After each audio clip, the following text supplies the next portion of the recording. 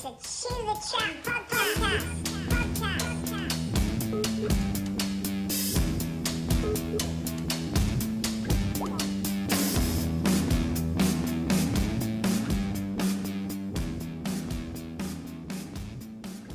So I like I say, I got fucking obsessed, mate. I recorded a 16-bar verse all about Darren G. Oh, awesome! With all of the things, and I was like, I've done this verse about you, mate. And he was like, heart in the comment, and I was like, what's your email? I can't send it. It's too big. Like, how do I get this to you? And he's just like kept heart in it. It's just like, fuck's sake, mate. So I've just got it on my MacBook. Yeah. But yeah, there's no way he was giving out an email address. So you haven't been able to give him that then? No. Oh, I need to get it to him. I know, it'd be funny. Well, he didn't give me an email address. I mean, I was asking him, like, look, do I need to send you some money? Like, I was just... How did you get in touch with him then? I just reached out, so... Over YouTube? Instagram, IG. Yeah. So when I watched those couple of bits, I thought, you know what, I feel an affinity with him. You know, I've not walked a life in the deep water like that, but one in the area of like, you know, I've pulled myself out of some crazy scrapes and I just felt something genuine from him. I feel like, and I also think in our culture and at this time, we need to celebrate and encourage people who are prepared to turn their heels on a life of fucking madness and put their hands in the air and say, actually, because that's who the kids are going to listen to. Yeah, yeah. Do you know what I mean? But it's also the people with the sort of audience are sometimes a little bit standoffish about sharing that. They don't want to share their shine. It's like James English, I'm sure now, is taking notice of you because you did a fucking excellent job. Thank you, brother. With Darren G. But before that, do you know what I mean? It was always going to take somebody to be the first one. And now you can use that as a point of reference for any of these guys. You know, anyone you want to approach now, be like, look at the one with Darren G that I've done. Yes. And it's an excellent body of work. Nice. Do you know what I mean? So thank you.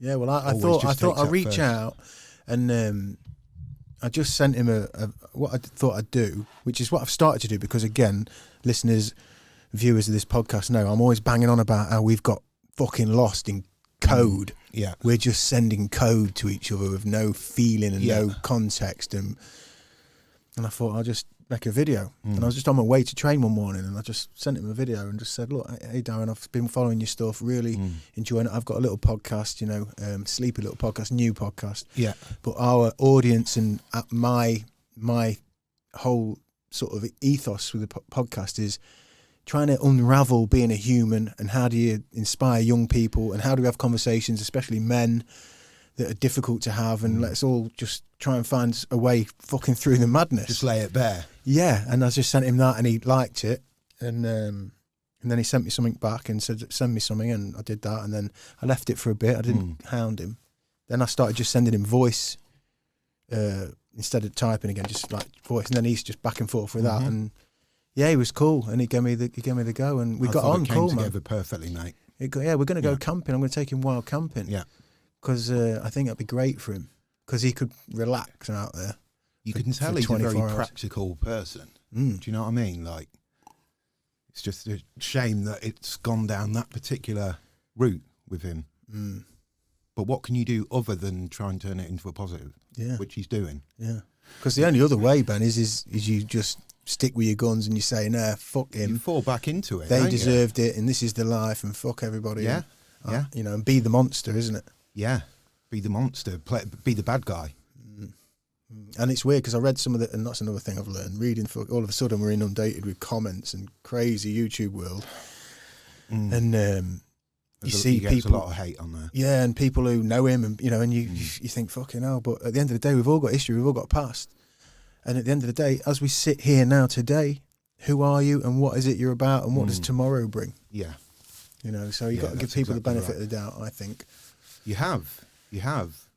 Unless you've been directly affected by something that this individual has done, of course, to you or your family. Of course. And then I remember reading an interview with him, with the Liverpool Echo, I think it was, and he said, like, I can't go to his family. Like, what's done is done. You can't get forgiveness for that sort of thing. Or maybe you can, but you can't seek it. it has to be given by the family. The family have to come to their own conclusion and say, we forgive. You know, religion normally helps, doesn't it, with these sorts of things? Yeah, which he's you know, he talks about structures and the church and ancient wisdom, and he's not sold on, you know, man's hand in the church in any way, but something about the, you know, the power of the history and the structures and the, you know, the respect that was once there. He's big on that, which is why I played the track I play on the audio version. I played the Dove's new track, which is called Cathedrals of the Mind, because I happened to listen to it on the way to picking him up, and it was like, fucking hell, you know, because he's always in the cathedrals and he's always in the churches and he's always in awe of them, and obviously he's always in his mind and he's always, you know, and it just thought, fucking hell, this is weird, and it's quite an emotional track as well. It seemed to fit perfectly. Yeah. Did he like it? Yeah, he did. I sent him it, and he's like, "Who is this?" I said, "It's Doves. They're your next door neighbours. You must." He's like, "I like So how it." old are you, Sam? 39. Okay, so he's like 44, I think. Isn't he? 42, I think. 42. I'm turning 41 in the next couple of weeks, so it's all that same sort of. Yeah. That era. We've come through the same sort of influences growing up. Ben Hamp, Longusto. Cheers. Thank Sam, you. You've brought Been a liquor. while in the making. Yes, it has. Yeah, it has. And I've got kind of a patchy history with you, because we've never actually, although we've peripherally been in circles musically, artistically, socially, never actually locked on. That's it. I've always sort of known you through other people, but yeah, we've never sort of crossed paths, really. I think you were up and away and on your travels, which we're going to get to, aren't we? But in Chew the Chat fashion, I always like to go back to the beginning and find out about childhood, about love, nurture, broken, whatever it is that sets us up. You know, what was the start like for you? Did you grow up in Lincoln? No. You didn't? No. So, what age did you move here? I got here when I think I was 5. Okay. So 5. You're still like in that spongy state. Totally, you know? Totally. And back in the day then, Lincoln was like a lot more lawless. You know, the Gillies were they were a problem. Like, Moreland were a problem. Yeah. It was only really when the university came in, along with the CCTV, and that must have been what, 1990? Later 90s, mid to late 90s. Mid to late 90s, I think. Yeah. That people stopped getting smacked all over the place on the high street. I can remember right, but disclaimer for mums watching. We used to be naughty, and on bikes, we were a bike gang, and we used to steal bike bits and stuff. Not proud of it, but I did it. You know, we'd be, and there was no cameras, and I can remember the cameras coming in and being like, "Oh fuck!" Yeah, you're getting getting done then. Yeah, you're getting done. Yeah. And by the way, people used to steal our shit. Everyone was, the bike lads would all be robbing each other's bike bits. But yeah, I remember the cameras coming, and I remember thinking I'd have been like maybe 12 or 13 and thinking, fucking hell, there's cameras everywhere. Yeah, it's weird. But that has to happen, doesn't it? Like, you have to bring in that safety and security when you've got a shitload of teenagers coming into Lincoln to come to this new shiny university. You can't have a load of lads like a pack of wolves setting on them on the fucking high street. They're going to fuck off and it's going to fail. And I think that's just a smaller development of maybe how CCTV and stuff has been brought in over the last 20, 30 years. It gives you security, it gives you safety. The problem is then when it goes too far. But yeah, certainly back in those days, I was from Highcombe, North Highcombe, right. Which was a pretty much like it was safe, you know. So I was born in Lincoln County, yeah. Yeah, okay, cool. And I grew up in North Highcombe.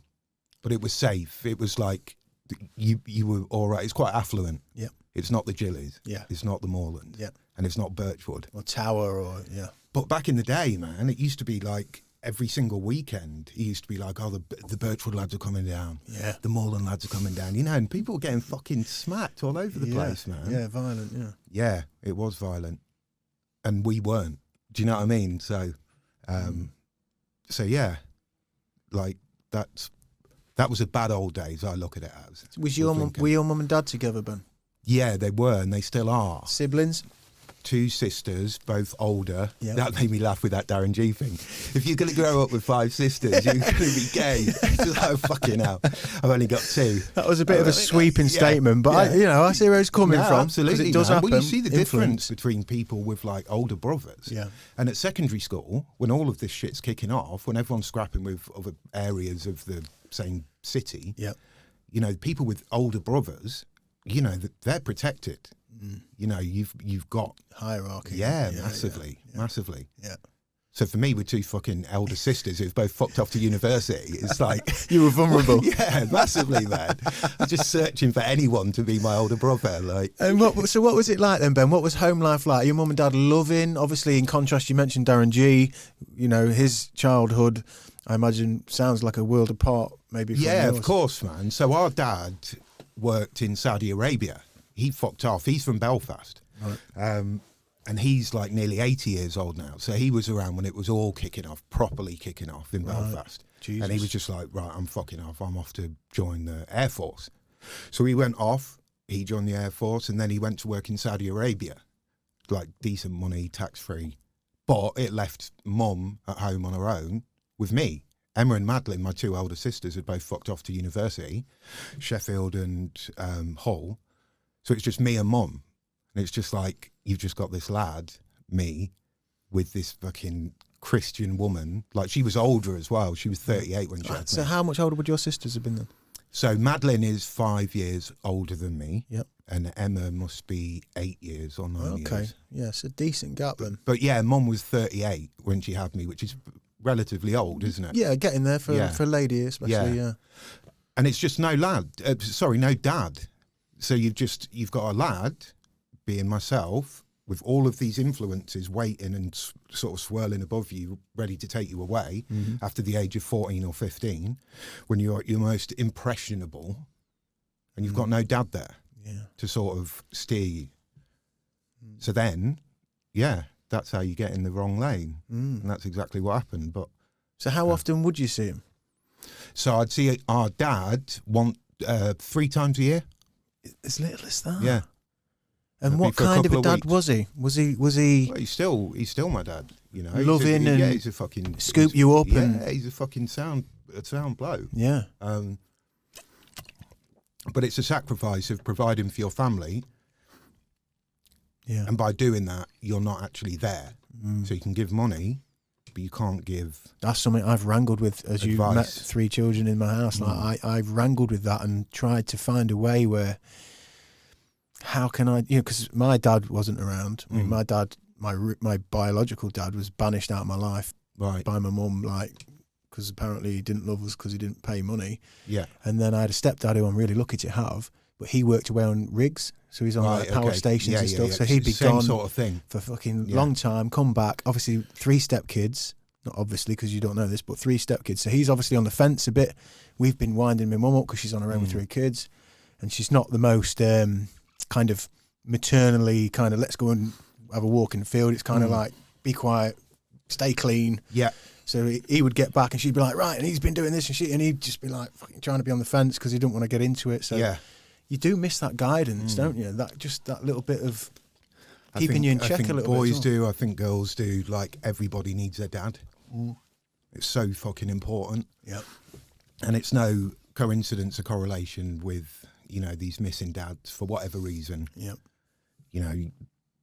Men are cons, women are cons. So you can't generalise at all. No. But when a child is produced and doesn't have a stable set of parents, they're going to struggle. Totally. The balance is just out, isn't it? The balance is out.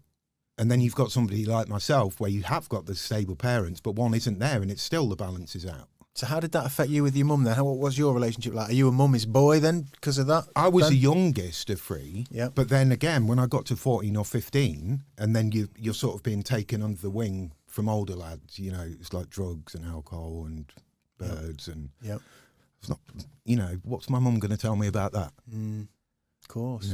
Yeah. And I've never had those conversations with my dad to this day. Really? Well, why would you? Like, he's nearly fucking 80 now. I'm 40. I don't need to ask him about fingering birds. Do you know what I mean? So, but you do have to ask somebody. Of course. So who would you turn to then? So the older influence, it's Right. like you look up to the lads. When we were 13 in year 3, Yeah. or 14, you'd look up to the lads in year 5. The fucking hard lads, and you're trying to copy and you're trying to get acceptance. And Yeah, you're be trying part of the gang. Yeah. Yeah, which of course you never can be. Because, when you were in year 5 or when I was in year 5, you look at kids 2 years younger, it's just like... Nuisance. Yeah, fuck off. I'm not going to be mates with a 13-year-old. Unless you had an older brother who was as hard as fucking nails. Yeah, there you go. Because that worked, didn't it? Yeah, of course it did, man. Or even just like, not even necessarily as hard as nails, but just like a liked lad in the school, who's got a bit of joke or whatever. That puts you on a good track, I think. For sure. For sure. But without that, it's tricky, man. So then you're just a little lad, 14, 15, 16, trying to furrow your own way. Yeah. Doing things that you kind of like, even probably... You probably deep down know they're wrong. Yeah, but you've got no one there to be like, you shouldn't be doing that. So when you would start partying, maybe, I don't know, drinking, smoking, maybe ease whiz, whatever it is, what was it like with your mum? Were you shit scared in case your mum found out? Or would your mum... No, would you have a dialogue? I wasn't bothered at all. Did she know? No, she didn't know. Right. She didn't know. I'd keep it completely hidden. Completely hidden. But I got into selling. So it wasn't just taking. I think I did hash when I was 14 or 15. Again, with an older lad. I remember the first time I had some weed where somebody gave me a blow back. You remember that? Oh, yeah. Joint in the... Yeah, it's like, fuck's sake. Yeah. But no... Tried to keep it separate from any sort of home life. Yeah, absolutely. Well, that's cool, I think, because that leaves you in a position where there's respect in that, isn't there? There is respect in that, but it's you don't want to bring it onto your mum's doorstep. You respect her enough just not to be blasé and just roll in and bring the lads back and take over the house. Yeah. What do they call it these days? It's cuckooing, isn't it? When you take over a house, cuckold. It's something like that. It's like, oh dear. It's like, No, that's cool then. But certainly with getting into drugs and getting into it's just ways to look cool. You're 13. If you're going to smoke a fag when you're 13, you think you look cool. Yeah, you do. Yeah, of course. And you probably do look cool to the other kids. Yeah, because they're like, fucking. Well, it's dangerous. It's dangerous. You're not supposed to be doing it. And for as you mentioned before, with lads. And I call it that. It's funny because you said off the bat. Well, I don't know if when we were rolling at the time, but you said about the wolf pack. Lads. And I often talk with Aidan about this because Aidan's defied all of this with he seems to have an older mind. He just seems to be. But when I tell him, when I was a kid like this, and kind of being in the wolf pack, if you were good at football or if you had the jokes or you like yourself, you were good with words and you could, then that would give you a bit of an in. But there was something about, especially my school, which was between the two Ermine estates, it was a bit rough and ready. And actually the lads who were the cool lads were the tough lads, were the slightly bonkers lads. And so you did find yourself kind of like... gravitating towards that. Yeah, because you can see that's rewarded. It was done by violence. It was. That's what is respected back in those days. Yeah. Like if you were too clever... If you were too good with words or if you were too clever, you'd get a fucking punch. Yeah. Because people would think you're trying to be clever. And I hope that, Aidan, I hope you can tell us maybe that's changed because we should be fucking showing reverence to the kind kid, the fair kid, the intelligent kid. It's primal though, isn't it? It's primal, I think, and it's also financial. I think it's like if you're the one at school who hasn't got any money and you're the one who's getting free burgers and free this and free that. Token kid, yeah, absolutely. So what the fuck do they care about celebrating intelligence? Yeah, they don't. Of course, yeah. And then the vast majority of them, without being stereotypical, after you leave, a load of people fuck off to sixth form and college and university, they're left in their environment. Working with the dad's mate or digging and a hole straight away. It doesn't necessarily end well. No, it doesn't. So people with brains really at school would be punished for them. It's a strange scenario, isn't it? Oh, it's fucking cruel, man. Kids can be cruel. Kids are cruel. So how were you at school? Were you kind of academically sounds I and was safe? I was academically very good Mm-hmm. up until I was. It's basically just become corrupted. Do you know what I mean? 15 years old. Like say, I didn't just start taking drugs. I started selling them. What, as quickly as that? Yeah. So you had a blowback. I had a blowback. Next thing you know, Next thing I know, I had a fucking 9 bar Scarface. getting shipped in. But a girl, again, without going into names, but there was somebody in our year, a girl who was I was good friends with, and her elder brother shotted a load of stuff around the local area. Yeah. So I befriended him. Yeah. I'd get laid on off him. Yeah. And then, you buy an ounce of resin, Yeah. which was 90 quid back in the day. Fucking hell. 90 quid, £7.50 a Chop team. it up So into you get, teams, yeah. you get your £120 back, and then you get your 30 quid's worth. Yeah. That, in essence, on paper, is how you make your fortune as a 15-year-old boy. Of course. Selling resin. But really, the kudos that comes with it, though. Oh, well, that's fucking brilliant. Like, You're like the P. Diddy of your fucking year, aren't you? Well, it's just, like you say, it's a danger. Yeah. It's a danger. Yeah. Yeah. Birds love it. Lads love it. Mm. Like, it is what it is. But when you're doing drugs that you're also selling, it's not going to end well, because all you've got to fall back on is pocket money. Yeah.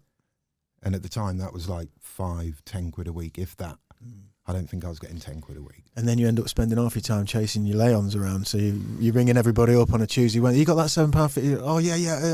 And again, Sam, if you haven't got older brothers, like, what are you going to do? You've got to be your own enforcer. Yeah, exactly. You got that £7.50. Like, I'm going to have to ring my sister in Hull. She's in the fucking student halls. Like, what the fuck's she going to do?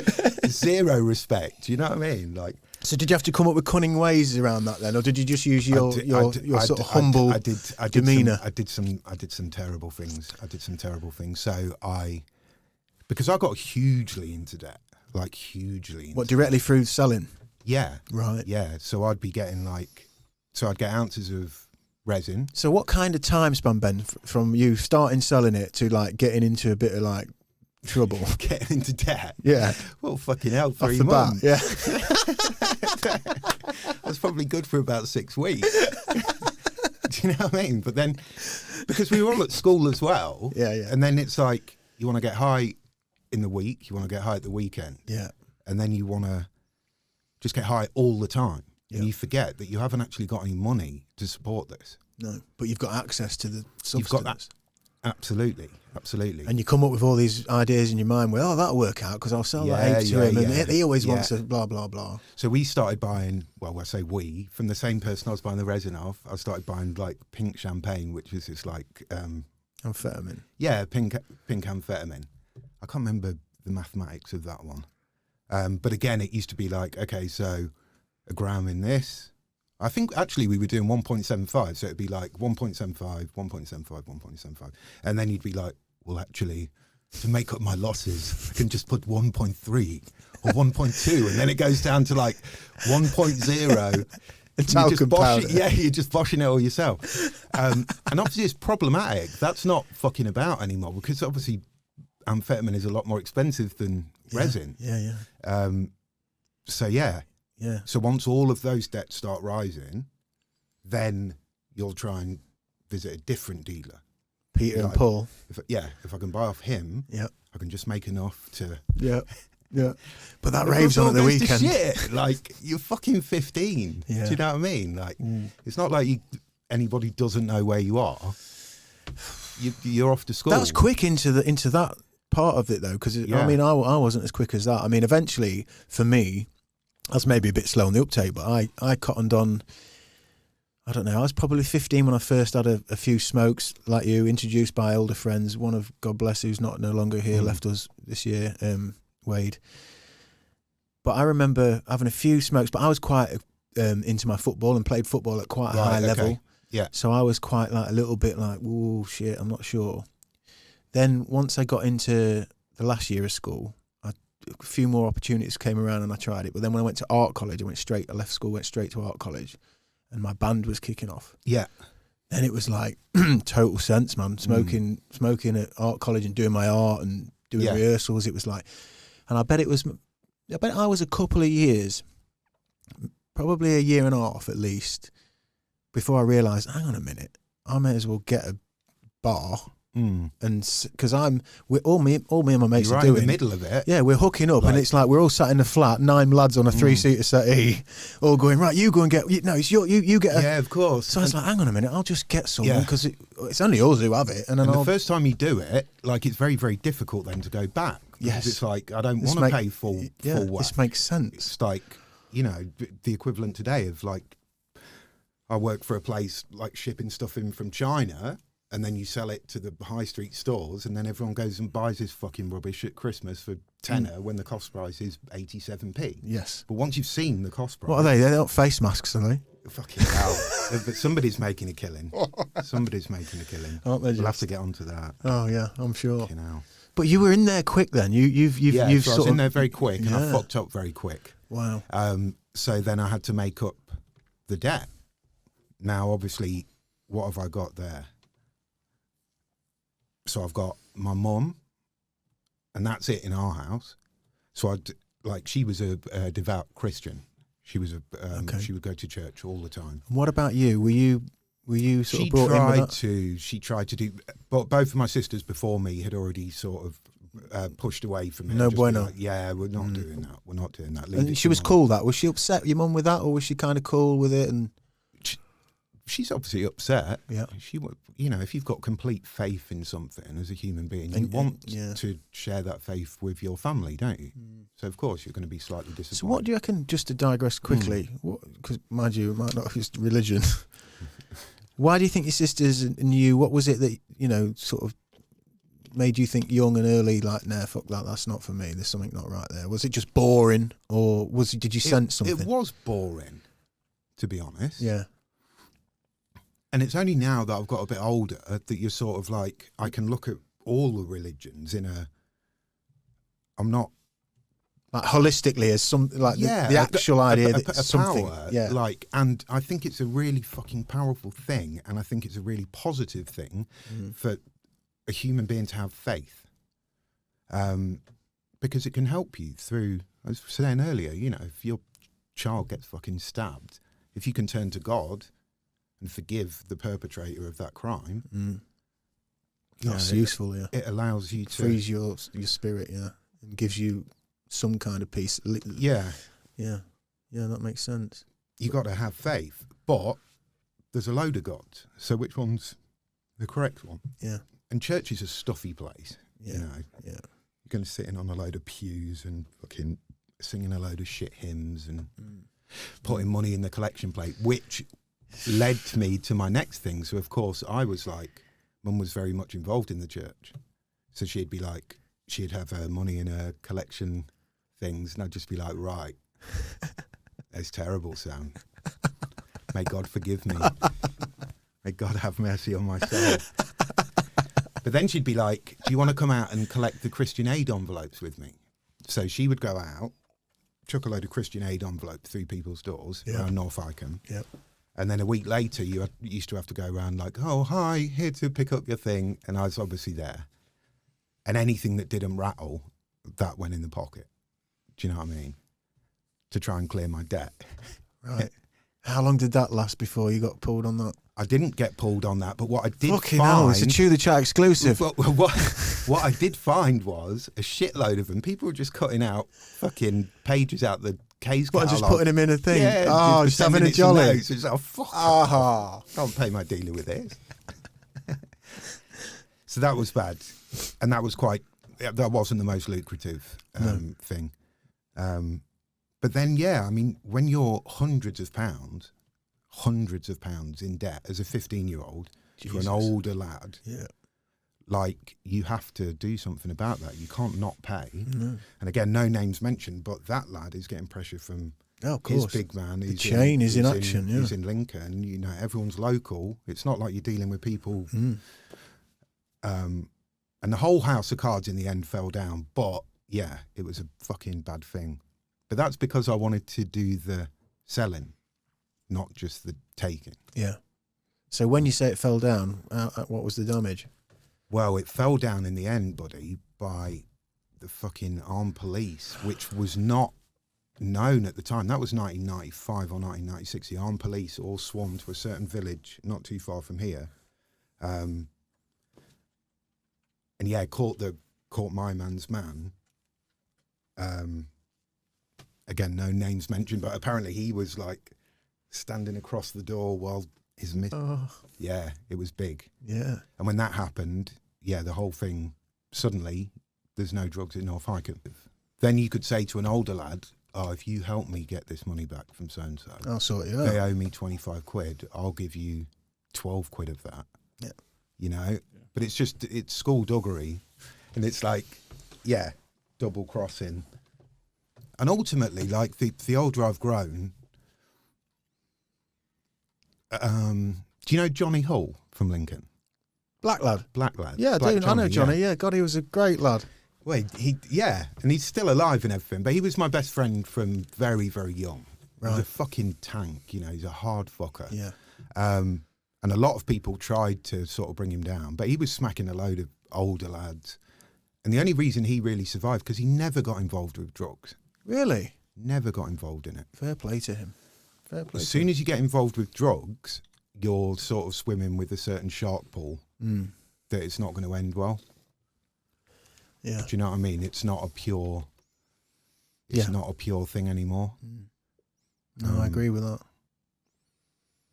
Whereas if you like fighting and you want to have fights with other people who want to fight, and the only reason is because you want to fight. Yeah, everyone's testing themselves. That's, you know, there's no real comeback off that.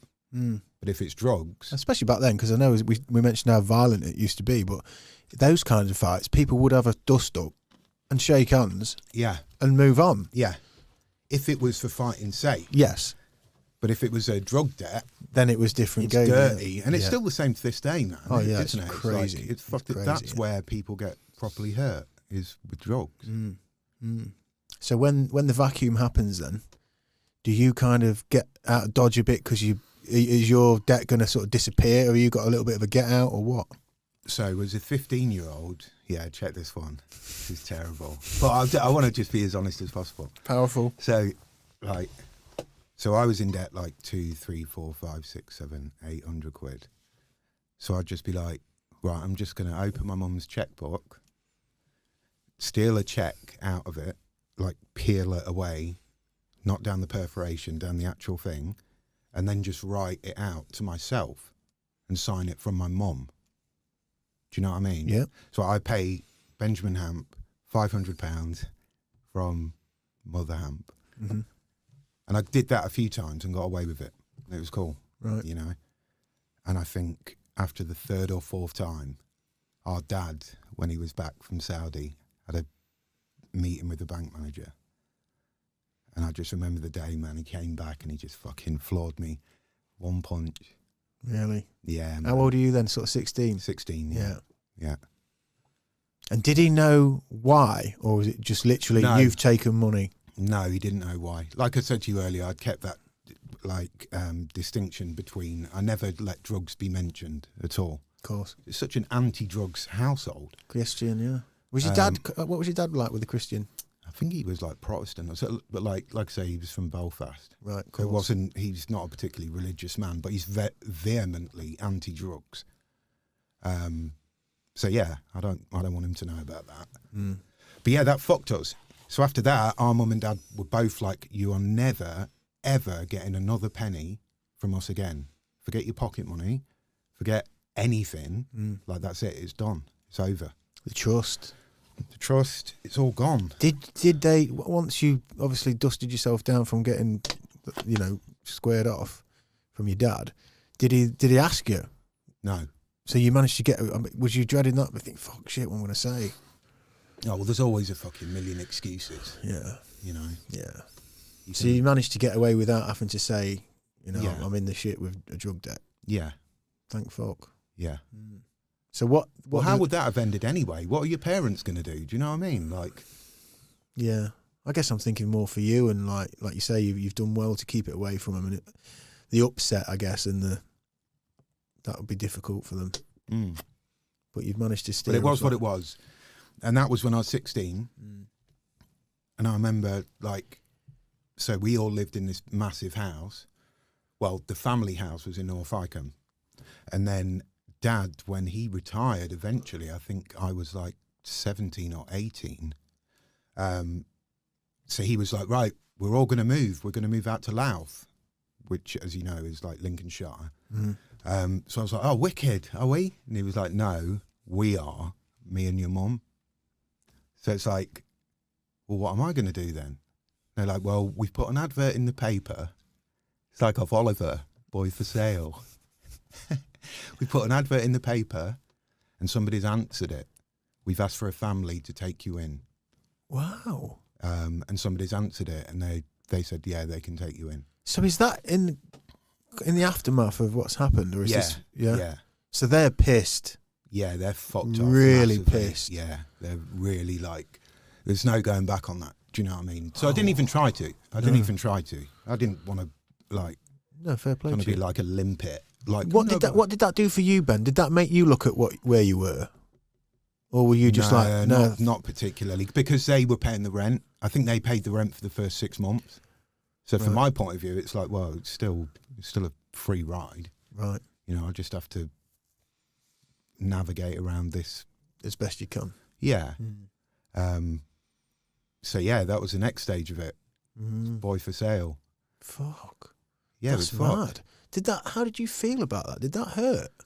I mean, I know you. Well, the thing was, Sam, I'd fucked him over. I know, I'd fucked but him over, fucking hell, we do. That does happen. It's not unheard of for a 15-year-old lad to do something a bit wacky, crash his mum's car, get caught stealing from the whatever, get caught with the drugs in the bedroom. Yeah. It does happen. I think it's because this was a sort of deliberate, methodical, calculated, repeated act. It wasn't a crash of a car. It wasn't a moment of madness. It was like, and it was going to carry on happening until I got caught. Yeah, of course. Right, of course. Yeah. I accepted it massively. I was just like, okay, I'll go there then. I'll go there. It's all good. And so you end up going in with the family? Yeah, on Newark Road. And what just were by they Asda like? in Icombe. Some woman with a load of dogs, and I think she had other animals as well. There was another lodger there, another woman. Fuck knows, man. Like I was young. Do you know what I mean? How did you feel, Ben, with that? Well, fucking hell, what are you meant to feel? I don't know. Were you scared? Were you like, were you upset? Were you kind of like, oh, fuck it? I didn't want to, I got the feeling that this family, they were like, I remember her saying when I moved in there, on a Wednesday and a Thursday, we all sit down and we watch a film, Yeah. And I was like, well, I'm not fucking doing that. Yeah. I had nothing to do with them. So what was your temperament at that point then? I'm trying to get a picture of you where you're at, like as a kid. Are you kind of just, are you just dismissive? Are you a bit distant? Are you loving? Are you? Who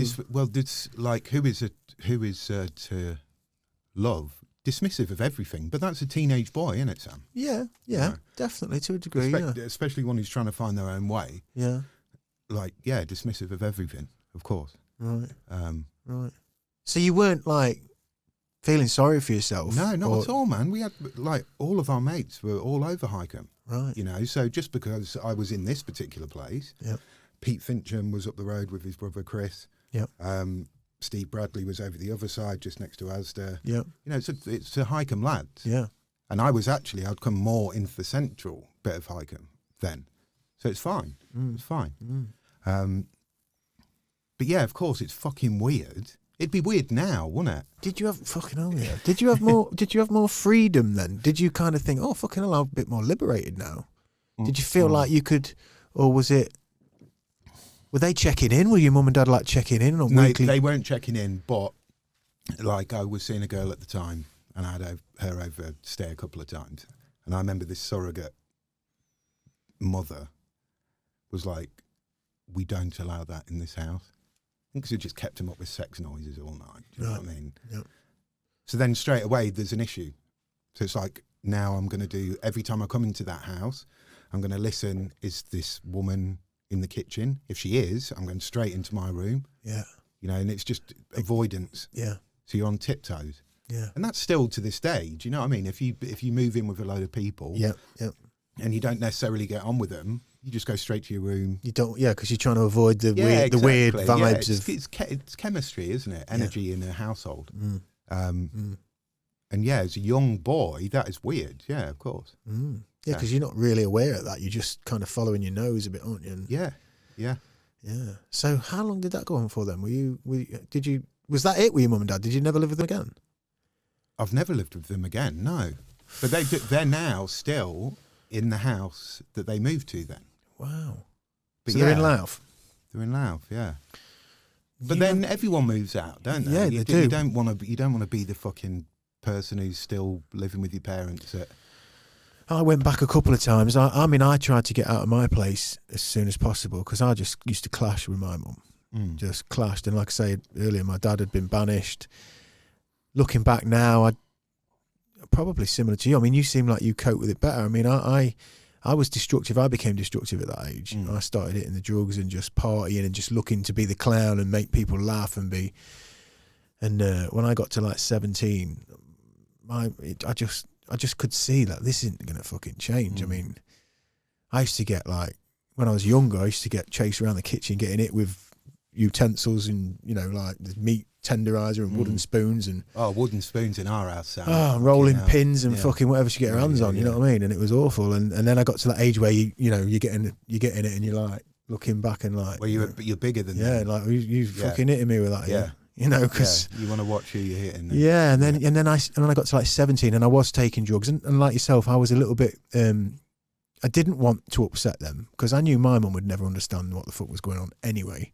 And because where I lived up between the two Ermines, a lot of those kids up there were like, their parents were much more relaxed and it was much more kind of, whereas I was having to be really clandestine in cloak and dagger. And I just couldn't get out there quick enough. I got a flat, moved in with a mate at like 17. And never looked back. Well, I did look back. That's the thing. I did end up moving back. Things went tits up. Some crazy stuff happened. And I went back a couple of times because I ended up with a girl. I went back for a little bit after living without friends just to recalibrate. And I was going to live with another mate because I think the flat got took off. I ended up in the shit. And I went back probably 2 or 3 times after that when I'd split with a girl and a couple of similar situations. But I mean, and I'm grateful for that. The safety net is so important. Yeah. Like what you just said there, I've always been blessed to have a safety net. Right. I know if everything did turn to shit, you've got parents that you can go to, So when was the point, do you think, then where they thawed and you could have gone back there? Because I wrote them a note, I wrote them a note. I think I must have been 19. And I wrote them a note. And I remember... Because I'd gone on from this surrogate family, and I lived in fucking loads of places in Highcombe. How long were you? How long were you with them? That first place that you went to? 6 months, probably 6 months, and then I left in the middle of the night. Like, didn't tell them I was leaving. Yeah, properly fucking. Oh no! But then I wrote mum and dad a note, and I was just like, I'd like to apologise wholeheartedly. Do you know what I mean? I remember tucking it in an envelope, and it had like tear stains on it. And when they got that. Change forever. It's all good. The main thing was, Sam, they wanted me to have a job because they knew without a job, you're just selling drugs. Right. Do you know what I mean? They work. Like, they connected everybody. The dots. You leave school, you get a job, and you earn your own money. Yeah. If you leave school, don't get a job, and you still seem to have money, well, where's it coming from? You're up to no good. Yeah, exactly. So they tried before they moved away. They tried to pack me off to the army. Oh, okay. You didn't fancy that? So, well, I had no fucking choice. They sent me off to Lichfield. Yeah. And I actually got rejected. So I had to do the whole like weekend away. I actually got rejected through repetitive strain syndrome in my wrist, which like... Well, that's straight up condition? Or... Apparently so, but it wasn't through wanking. Right, okay. Well, that's what you tell us, Ben. But so yeah, it could have gone a really different way, But that's again, it's just they just wanted you to earn, just fucking get on your own feet, be responsible, do a job and earn some fucking money. Which is fair game, isn't it? Yeah, of course, that'd be exactly the same. Yep.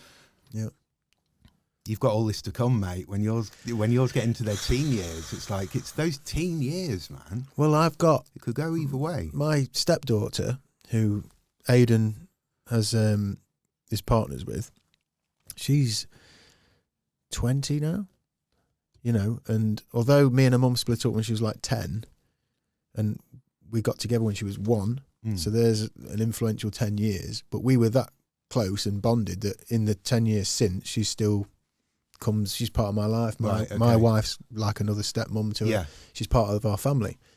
So I've, obviously from afar and with respect, I haven't got the call of a parent, but you have the feelings of one.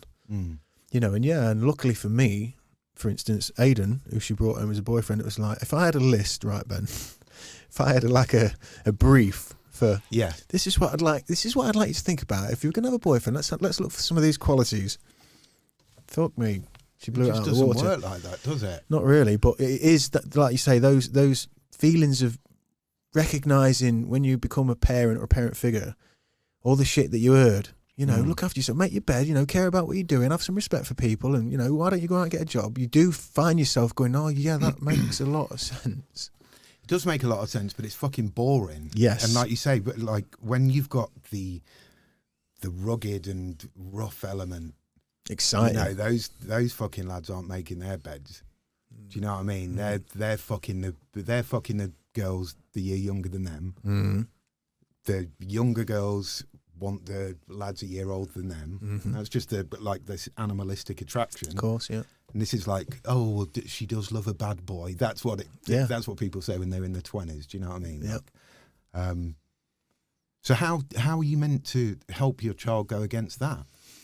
Yeah, it's tricky, man. It's tricky. Well, the policy I've taken, Ben, and again, we're on a bit of a tangent here, but I've tried to be as open with them and as real, and not try to pretend that drugs aren't out there and crazy vibes aren't out there and fun isn't out there, and try to embrace it with them and sort of give them the moments, but then find the little spot to just shoot the little sonnet of education or the little moment of like, drop a little fable of like, but be careful because, you know, that's great and we just had fun, but, you know, and who knows? I mean, mine are the little 6 and 5 and 3, but that's fuck knows. And the world's changed. This thing we're talking about, the kids, the drugs, county lines, that whole thing's changed so much. Yeah. I used to think with what I've done, I know what it's like out there. So we're going to be cool because they ain't going to do anything that I haven't done. But it's changed. It's changed dramatically. Yeah. So it's a difficult one. That must have been nice for you though to get that. How did you feel with that when you got when your mum and dad accepted you back and were like, yeah, okay, cool, thank you for that? Oh, well, of course, from that moment on, I was like, that's indiscretion like that is never going to happen again. And did you? Yeah, and it's never happened again. Powerful. Yeah, to this day. You know, I'm the only son and I'm trusted in the family. Excellent. Do you know what I mean? Yeah. Like, because I did get a job and I have worked ever since, you know, and it's just put on that particular persona there. Don't let anything smudge it or get in the way. Yep. There's no need for your parents, unless mine watch this podcast, to ever see to ever see that behind the mask. Do you know what I mean? Because I wouldn't want to either. You just like, if you've got children, it's like, yeah, they're going to have fun, they're going to misbehave, but you've just got to have that fucking trust that they're going to be intelligent enough, they're going to make the right choice. That's it. Education, yeah. Education. I guess that's the nutshell of what I was saying there for me. Yeah, it's trying to educate them honestly, you know, not trying to hide shit. It is what it is, and let's show them the crazy stuff. Yeah. Let them know that that's there, because at least they saw it here. And when Billy shows him in the playground when he's 15, he's got an idea, and he's not just like, oh fuck, shit, Billy's doing it right, you know. But this is a thing now, man. Like, again, just off on a tangent. Can we make a pouring of your beautiful liquor? Yeah, please do, mate. After you. Nice one. You've got the generation now who are growing up and they can't remember not having smartphones. Do you know what I mean? Like, and all of this sort of... Yeah. Where were we? We were at... we got onto Lincoln Legends because your mum and dad accepted you back. Accepted. You got back on good terms with them. Yeah. Accepted my apology. Where did music come in for you? Yeah, so that's a good crossover. So I think it was like 17 or 18. You know James Mann? Yeah, Manny, yeah. Manny. Big shout Manny, big shout Manny. Like, exemplary guitarist and just all round. I call him the English Prince. Yeah. Because that's what he's like. Yep. He's so talented on everything. Yeah. I can't remember really where it came from, but him, Stephen Bradley, who's my oldest friend. Really? We're like 7 or 8 days apart in the same hospital. Oh, wow. North Highcombe again. Yeah. So they all had a bit of a band. I think they were looking for a singer. So I went down to Brunt Road Community Centre, where they were like having these tryouts. Sung a bit of Oasis. Yeah, and got the gig. Yeah. Oh, wow. Yeah, and that must have been about 17 or 18 years old, which was really good. It was something that I enjoyed doing. So was that like I imagine with Manny, was it like guitar-based rock kind of indie? It was, yeah, exactly that, Sam. So it was like covers of Stone Roses, covers of David Bowie, covers of... And then we started to write our own little bits as well, which I don't think there's any recordings left of them. Way before the days of, smartphones and stuff. Dropping Logic in you and just... exactly. But yeah, it was really good. So then we started doing gigs all around Lincoln. Rob Lynch, do you know Rob Lynch? Yeah, I know Rob Lynch, yeah. And his dad owned one of the pubs up on, is it Cannock Hill? Where the common goes up past the graveyard. And Barry Machen. Yeah, it is Cannock Hill. God, that name rings a bell. Barry Machen was Rob's dad's best friend. Anyway, they owned that pub and they said that we could jam there in the back room. So yeah, it was our little band. We never had a name. Right. Never had a name. Did you ever play gigs or were you just... Yeah, we did a load of gigs. What, with no name? No name. Oh, wow, that's It used to be cool. like live band. Yeah. Because people were trying to like advertise as a live band. Yeah, it was good, man. It was good. So your entry point, Longusto, as I speak to you now, was a singer in an indies cover band that went and did their own bits. Yeah, Longusto was never mentioned there. No, of course. But neither was rapping. I remember, Sam, the change that happened was we used to go to Rob Lynch's house. Like Rob Lynch's dad was loaded, and so was Rob Lynch by association. But he used to live down by like the Birchwood crossing where it leads to Highcombe and the Forum. Yep. So you had a wicked jam room. And then one day we were just doing our stuff around there and Goat and Tommy came round. Right. And obviously Tommy's got a rich vein of history. Musical history. Yeah. Pioneer in the city. So talented. I was so fucking overawed first time I met him. And Goat. Yeah. And I remember like, I think it just got down to it where Ian Masters was on the bass. Goat was like rapping. Yeah, MC rapping. And Tommy was playing keyboards, I think, and I was just like, fucking hell. This is great. Yeah, well, this is much greater than what we're doing. Yes. Do you know what I mean? This makes me want to quit. They're that good. Right. It makes me want to quit. And it was from there, really, that sort of Swampfoot arrived. That was, I think Goat doing that then was like the first person I'd ever seen in front of me rapping. Right. Wow. Because where else are you going to see it in Lincoln? Of course, yeah. You know, you see, like I was really into happy hardcore. And let's remember, the internet's not bouncing around back then, is it? No, not at all.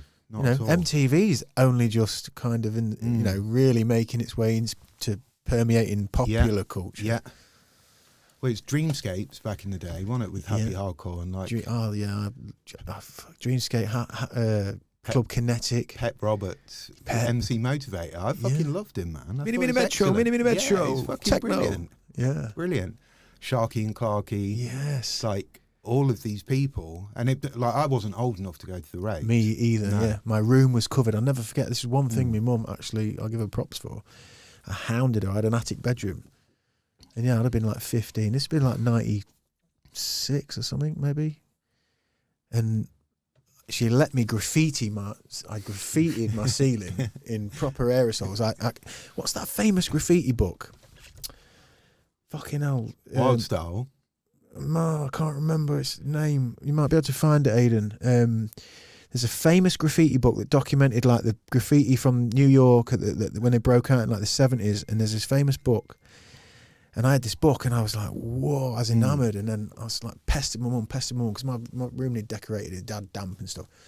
And I just said, look, I'll do it. And I flyered every fucking square inch of the I only had like crop walls because the ceiling, every inch was Dreamscape, Helter Skelter, and Club Kinetic, it's amazing, mate. It's amazing. It's such a buzz, such a vibe. I did all graffiti on the ceilings, and like I remember not even opening the window. I remember being in there like fucking just high as fuck, my nut on like aerosol. But she let me do that. Yeah, she let me do that. It was a massive thing, man. It was a massive thing at the time. Who was it? Dougal and Majika. Dougal and Majika, yeah. There were loads of them, weren't there? Vibes. DJ Vibes. I used to Robbie love... D. Robbie D was an MC. He was my favourite. But I think he was... Happy hardcore entry for me was like Vibes and Dougal, Slipmatt. I used to love all those guys. Clarky when it was a bit more techno-y and stuff. Yeah. Then I started getting into the jungle. Ramos and people like that. Yeah. Wow. And you used to get them big tape cassettes. Those like big fucking... Yeah, well, they used to be like, you open them up and they'd be like 10 tapes. Or 12 tapes, like 6 on each side. What the fuck? And they just recorded like a rave all night, hadn't they? And it was ominous. It was like slightly scary. It was slightly like, fuck, I'm not old enough to go here. And even if I was, I probably wouldn't dare. Yeah. Do you know what I mean? Like some crazy rave in Milton Keynes somewhere. Yeah, exactly, man. Yeah. And these were the stars of the show. Yes. Do you know what I mean? Like, and that's where I first fell in love with MCing. Right. That's where so I called myself MC Pulse. Nice. And just would listen to really shit like instrumentals of happy hardcore and just like record myself on a really basic, just a tape deck, tape player, but that was the introduction to it, definitely. Wow. So, do you go back to the band with Manny and that, and kind of carry on doing it, or do you start sort of fashioning away? So where that happened was my sister Madeline had been to university in Sheffield, right, and she had met a guy called Paul Olborough, who's now MC Elemental, or he's now Professor Elemental. Oh, he's massive, man. He does it as a full-time job now. But them two, like, met when they were 17, 18, 19, spent 5 or 6 years. So she, like, said to him, he was, like, actually UK rapping. And she was like, oh, my brother's into rapping. And he was like, oh, right, can I hear any of his stuff? And it's just me like, bit-a-bit-a-bye, bit-a-bit-a-bye, bit-a-bit. Yeah, bit-a-bit-a-bit. What's this? You say, we say, they say. Fucking hell. That's not actually rapping. That's just like... that's enthusiasm. It's enthusiasm. It's still vocalism. So she put me in touch with him. I think I was 20 or 21 and I went down to High Barnet in London just on a whim. Yeah, there he is, look. And I met up with him. Professor Elemental? Yeah. Oh, fucking hell, he looks interesting. He's fucking brilliant. So I met up with him. Yeah. And he just took me under his wing straight away. I'd only written 2 raps at this point that weren't bit-a-bit-a-bye, bass line. And he took me to meet his producer, who's a guy called Tom Caruana. You can bring that one up on the screen as well. That's his actual name as well. That's a great name. You've collaborated a lot with him, haven't you? Well, again, I was just very, very lucky that Elemental sort of introduced me to him on the first time that I met him. Right. So he was living in... Elemental was in High Barnet. Caruana was in... It's C, isn't it? C? Yeah. C-A-R-U-A-N-A. That's it. So this was a guy that I met on the first ever time I went to London as well. So I've been very, very lucky. The first time? Yeah. I've been very, very lucky. Because you've done a lot, as we'll get to. You've done a lot, haven't you, with Tom? Talking to the Wincots, there's one buzzing us in now. Look. In fact, I've just had a message from Danny, which is to me, Tommy and Ollie. Powerful Wincott brothers. In fact, well, just quickly, Aidan. Do you want to have a break? You can smoke in here if you want, Ben. Can I? Yeah, go for it, man. Fuck me, in the times of COVID, let's fucking let loose. I'm having fun. Fun on a Thursday. It's the unofficial start, let's not forget. So Tom Caruana was when I met him, he was like 18. If I was 20, he was 18 or 17. Right. And he was a prodigious producer. Like he had And he's Brighton born and bred, is he? To be honest with you, I didn't meet him in Brighton. So you met him in London, High Barnet? He was, wasn't Wimbledon, it was somewhere. But no, he's not Brighton born and bred. But when I met him, like, he already knew a fuckload of people. So, like, Genesis... Flick that in there if you want. Cheers, buddy. Like, Genesis Elijah, who's somebody that is a massive influence on me and is very, prominent in the UK hip-hop thing. He was already friends with him back in 2000. Right. At the same university. Genesis' brother, Terror Slim, he was there. Like I say, I was just really fucking lucky to even stumble across these people. Well, that's the point when you start thinking something's meant, things open up that are, I think, yeah. Fate is a fateful thing, isn't it? You want to make songs with people who are good. And a lot of, like, particularly in the last 10, 15 years, everybody can make songs, can't they? Yeah, I mean... They don't have to be good. The last 5 years, it's blown my mind. I started doing music again after a bit of a break and sort of transitioning from guitar-based stuff. And the difference now with streaming, it's a marketing job now. If you're good, which most people that are putting the time in are, I could send you a link to something I'm listening to now, right? And you'll get the Spotify link or whatever the fuck link, and the artwork looks great, and everything looks great, and everything's great, and it becomes like, well, what do you even bother listening? Everything looks great, and everything sounds good, because you can produce something and do it in your bedroom, and it can sound fucking great. Yeah. So we've kind of, I don't want to say we've diluted it, but like, and the whole way of getting it out there is just so difficult because it's just everywhere. I really struggled last time I tried to do a little project. I just thought, fuck, it feels to me like more than ever you must play live, and this is ironic right now, isn't it? But playing live even more than ever feels... Because that's a double-edged sword as well, though, because you've got to have created the buzz from your music for people to turn up and see you live. Yes, like I've done like gigs where there's been fucking 20 people. Yeah, that was a good one. I've done ones where there's been fucking, my girlfriend and the bus driver. And somebody once said to me, like, they would carry on performing regardless until the last person. Yeah. Because that last person in the gig might be your biggest fan. I had that policy. I used to operate on that. Our band. You can't just turn around and fuck it off because sometimes that would drive me more. Sometimes I would be like, if there was 7 people, like we went down to London a lot, and sometimes we'd hit the money, and you'd have a really great gig in Islington or wherever. Sometimes there'd be the band on before you, and like a barmaid, and your crew, and maybe 3 or 4 people. Yeah. And I used to sometimes get the bit between my teeth and think, well, these people have missed something, and sort of get into it more. Yeah. Sometimes, but it could be a head fuck if you let it get in your head and you thought, nobody cares. And yeah, it's tricky. I think like DJs have suffered massively as well with the smoking ban. Like once the smoking ban came in, like you go to a hip hop night and you'd watch the live act, then it's like, oh, now DJ so and so's coming on, and everyone just fucking empties. Everyone's outside smoking fags and spliffs until the next live band come on. It's like the poor old DJ is just like, fuck's sake. Like people used to dance. That's it. Yeah, that's a weird. I never really thought of that because I kind of started slowing down with going out and stuff around about. Yeah, I didn't think of that. That is. It gives a different dynamic to any live gig, doesn't it? Of course.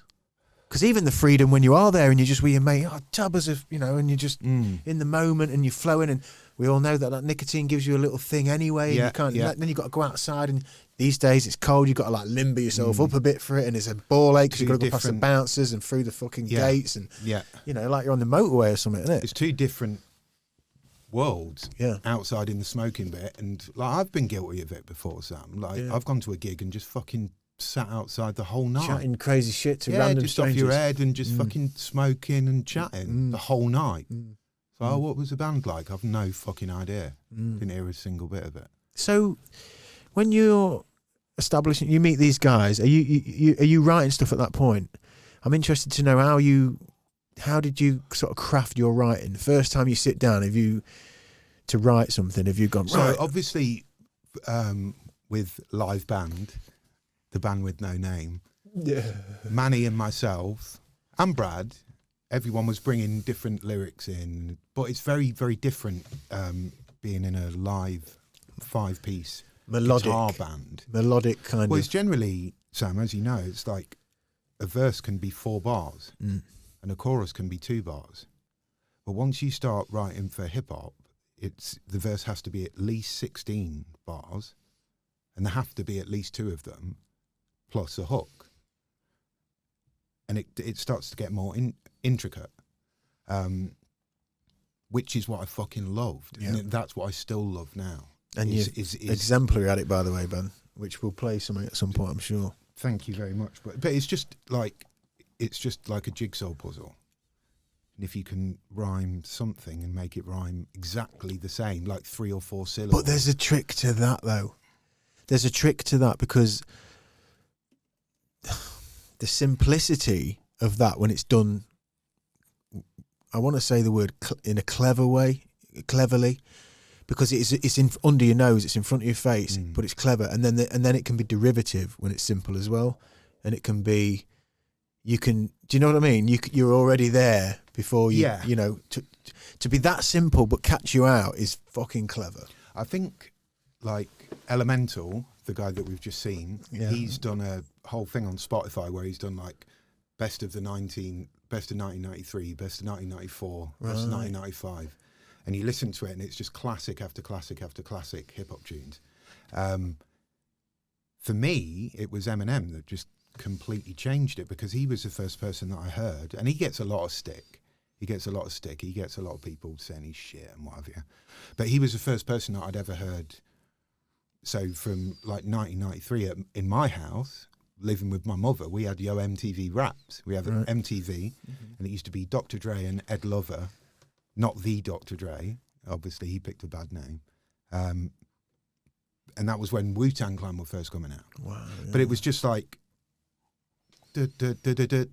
cat, sat. Do you know what I mean? Yeah.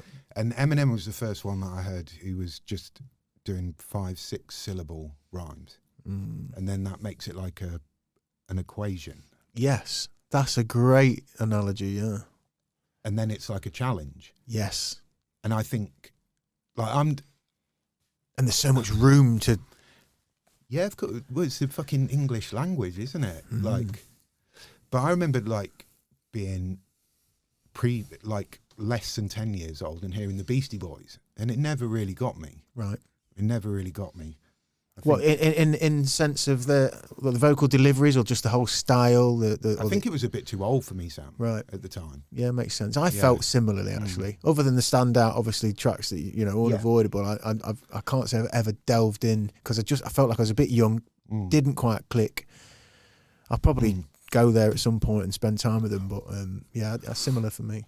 Yeah, and I think it was certainly for me personally hearing Eminem just opened my sort of thing like, fucking hell, he's actually doing like half a sentence that's all rhyming together. And then from meeting Tom and Paul, I heard other rappers from the UK doing the same, and it's like, fucking hell, like the level is really, really high. So yeah, I was just very, very lucky to meet these people. So did they? Because it's one thing meeting people, and it's another thing meeting them again, isn't it? Yeah. So yeah, if you're shit, they don't want to meet you again. So when you met them that first time, do you literally spit some stuff, or do they ask you for stuff, or how do you end up? Tom, who's on screen now, he was definitely the sort of glue behind everything because he was a super producer. He's a prodigy. He's like, he was making all of his own beats. He was buying weird vinyl, sampling the vinyl. And then all of these people from his university, rappers, were doing their stuff over it. He launched a crew called the Boiler Room Collective, which had a load of people on it who are still very big to this day. But again, at the time, they were all like 19, 20, 21 years old. They're all about fucking 40 now. But it's just a craft. And I think that's what's kept me into it. Like, throughout school, I got expelled, Sam, like at school at the end of 1996 when I took my GCSEs. So this is about the same kind of period as the drug dealing's going a bit wacky, yeah. So the only 2 lessons that I actually ended up taking were English Lit and English Language. I think I got a C in one and a D in the other. But English was always the thing that I was most interested in. And it remains that way to this day. Mm-hmm. And I think the reason that it still interests me to this day is how you can, just make things fit. It's such a good game. Yeah, it's like a jigsaw puzzle, man. And it's so satisfying when you finally can do it. So it's not easy. That first time when you do it, though, obviously you have this epiphany. You realise, there's all this room and there's all this geometry that you can play with.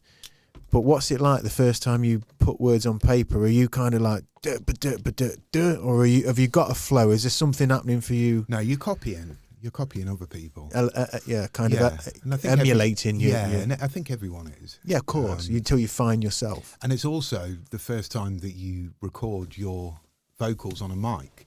Yeah. You think you sound like a fucking idiot until you get your head around that. Hearing yourself. Oh, it's awful. Yeah. It's awful. Is that me?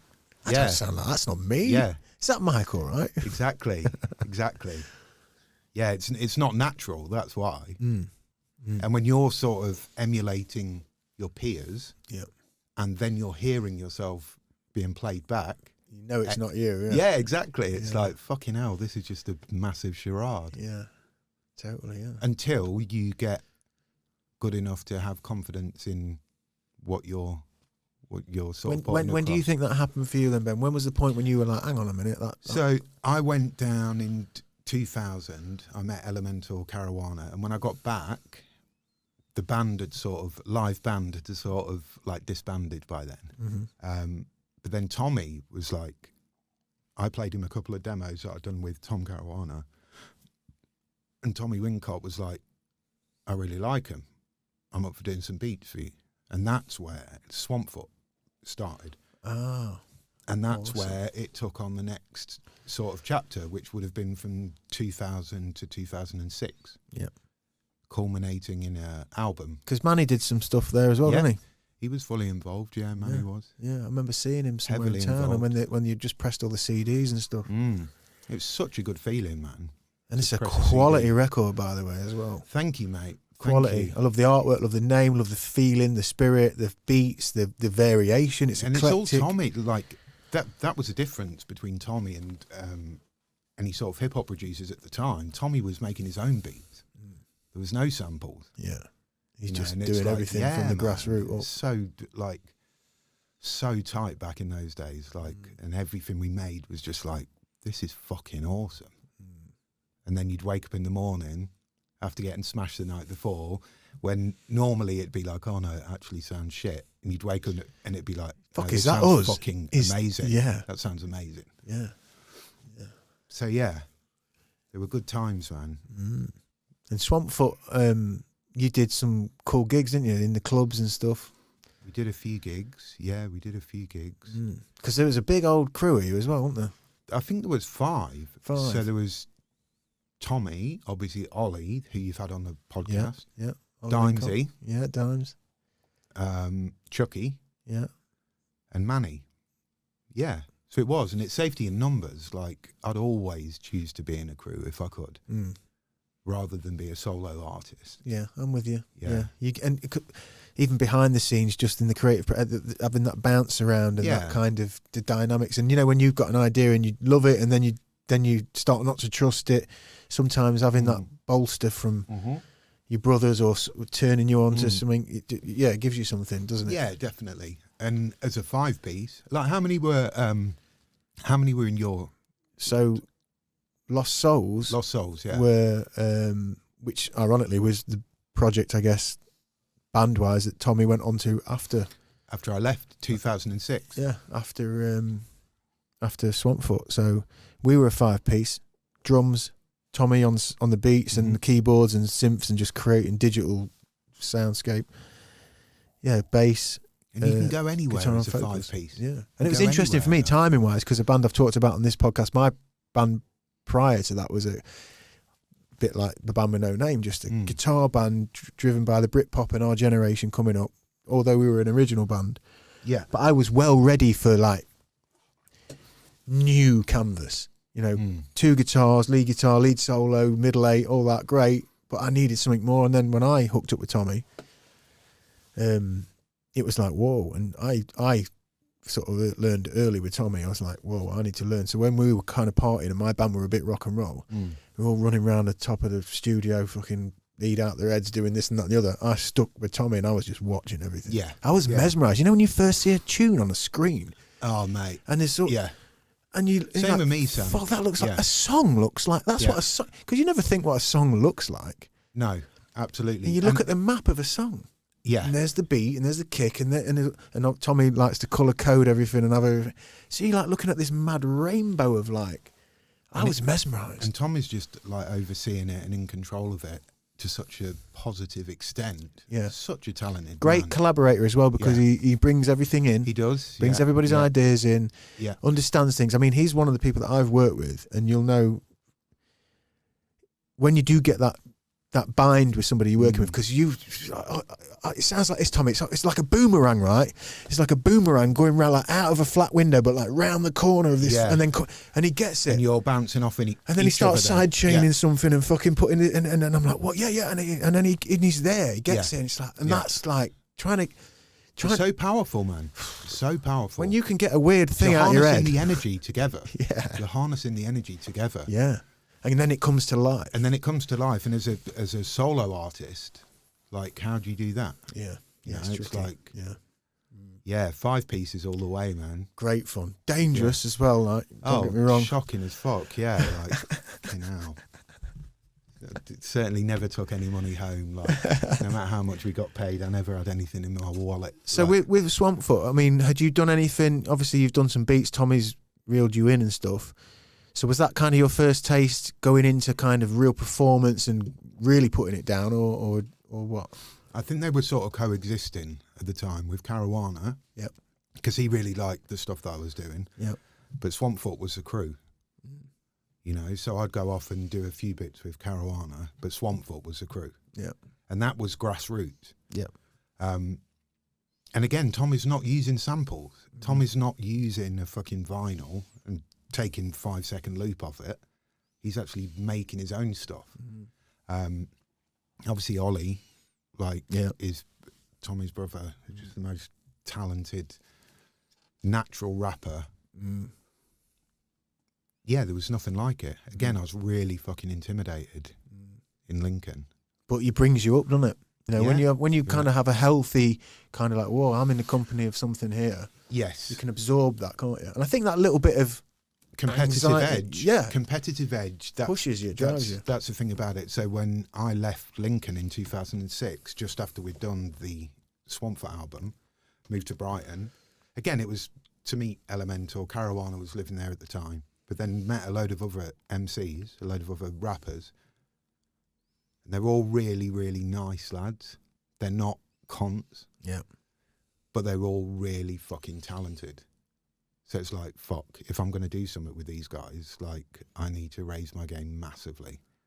You can't just be shit. So what kind of things do you do then, Ben? What do you do? You go back to the drawing board? Do you what are you doing? Are you repping stuff? How are you are you just putting hours in, just listening to beats, just trying to find rhythm? I think for me, Sam, it was I made the most of my semi-northernness. Okay, that's interesting. Yeah. So everyone down there is very southern. Yep. And anyone above the Watford Gap, they would class as northern, whereas we know Lincoln's Midlands is not northern. But if you say bastard instead of bastard, you're a northerner. Yeah, and it just gives a different slant. So yeah, went in very aggressive, and it took 2 years. I moved there in 2006, and by 2008, I'd done my first album, and it's 20 tracks. You know, it's like it was a good body of work. So yeah, I think that's it. Like, you need to be prolific. You need to put out a load of stuff. So when have you got a laptop? Have you got a system? How are you doing it? Are you just writing stuff on paper, then going and seeing Tom and putting stuff down? Yeah, exactly that. Back in those days. It's changed a little bit now. I tend to type stuff out more now. But back in those days, it was writing. Just everything. literally writing it down, rapping it. You know your melody, and you just get writing at the time. It was like there were loads of producers and there were loads of rappers, and it's like, here's a beat. I've got a rap for that. I've got a verse for that. I've got a verse for this. Like, and it was just such a fucking melting pot. And particularly when you get a few different rappers on the same song, then everyone wants to be the best rapper on that song. Of course, yeah. And I think it's probably personal preference who people think is the best, but the end result is the level has come up massively. Yeah, everyone's punching, aren't they? Everyone's punching, yeah. So that, and again with a good attitude, that is what makes you push, isn't it? Competitive nature, and appreciating who's good, you know, because sometimes instinctively we want to find a gap, we want to find a hole, but if you see, you know, whoever it is and he's fucking sharp, if you can accept that and go, okay, fuck yeah, he's fucking good, I need to pick it up. I need to get That's healthy. better. That's the best way to deal with it. You know, if we try and block out what's real. Well, this is it. What I was saying to you earlier, man. It's like if you see a young upstart, for want of a better word, and you know they're fucking amazing, it's like, I'm going to keep you down there. You know, I'm not going to be the one, because you could usurp me. Yeah. But that's completely the wrong attitude to have. Yeah, and I'm 100% with you. I mean, as we mentioned earlier, I kind of put that out there in the ether with the other podcasters that I know that I really respect and that I love in the UK at the minute. And with us having a little bit of a breakthrough, it's like, that's what I'm like. I mean, I've always been about that. If I've had friends who've done music, you know, little bands that have started or friends that have done stuff, whether or not it's right up my street or not, or whether I think the product, you know, I always get behind it and give it a shove, because I appreciate anybody just fucking having the balls for a start. It's tricky though, Sam, because then you've got people who you're friends with, or you're associated with, or who you know as a friend of a friend, and it's like, can you share my music? And it's like, well, I would, but it is shit. Yeah, I've said that to you know what I mean? Like, I said, look, I can't. Because I'm just not down with it, It reflects badly on you, but then you don't want to be. It's almost like that sort of snobbery. Who are you to say that shit? Well, I think you hit the nail on the head. When somebody asks you to do it, it's a different ball game. Like I say, if I spotted a friend of mine's band, you know, and I think, yeah, they're all right, but you know, they're all right. You know, it's sweet, even. You know. Yeah. If I've got an affinity with that person, I would give it a share. And isn't it strange how the mentality works for that? As you just said, if someone asks you, because I'm doing it from a point of view of like, I want to give you a shove, and I've got a few people who kick around, and like, I can get this to a couple of people, and I'm just buzzing for you that you're out and about doing something.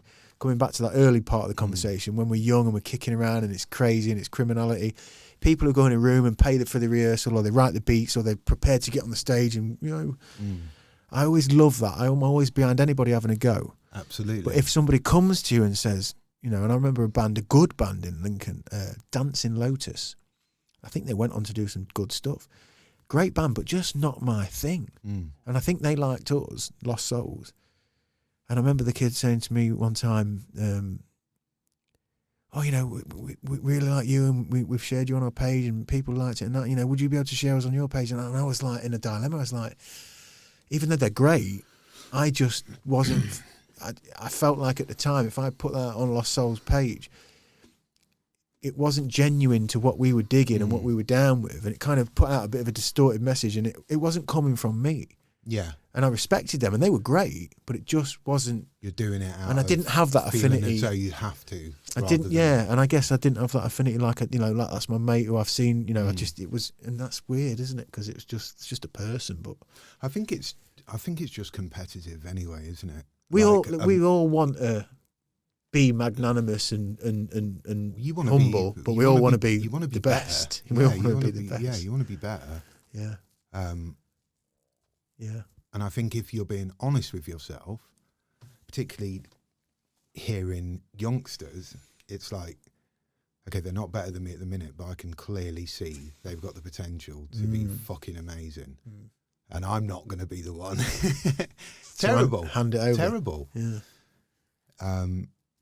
But really, if you think about it, if you're the one who hands it over, Dr. Dre, Eminem, you know, I mean, he could have, that was a strange situation, really, because on paper, he shouldn't have, you know, you'd imagine, it'd be like, hang on a minute, a young white upstart who's ripping to pieces.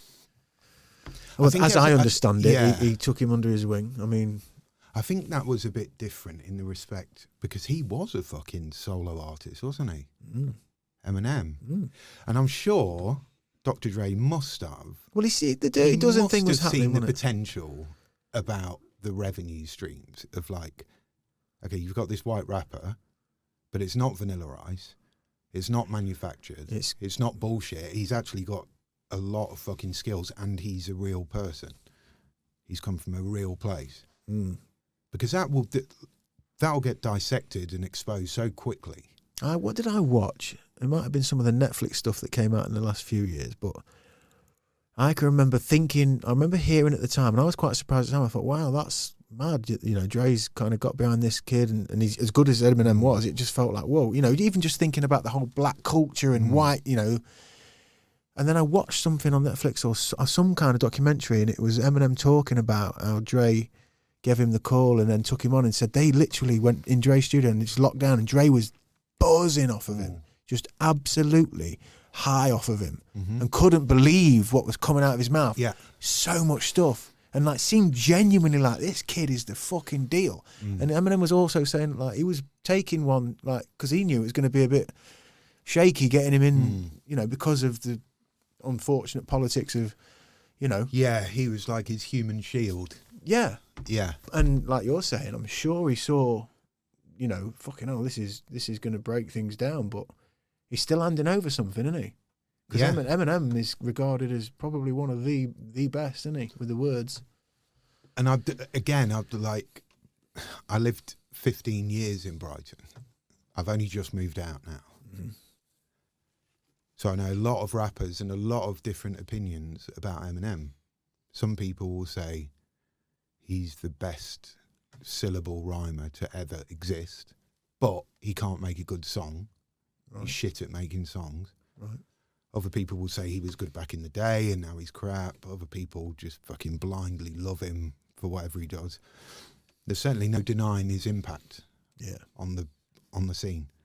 And I think it's hearing other American rappers talk about him will give an indication of how highly rated he is. Yeah. Yeah, totally. Whether or not you like him, like 50-something years old now. Well, even on a cultural point, even for him to gain the respect of that community like he did from those big dogs, and then we're talking top of the food chain. Yeah, well, we're talking basically the equivalent of the Ermine and the Gillies and everyone coming and scrapping with no CCTV. Yes. Do you know what I mean? And he's elevated himself in that particular environment. So, yeah. And got through and been respected and accepted. Yeah. And regarded. Yeah. You know, after all said and done. So it's a good job, really, that he did get signed. Yeah. Yeah. I'm a fan. Personally. I haven't seen a lot of what he gets up to lately, although I did watch him on Mike Tyson's podcast.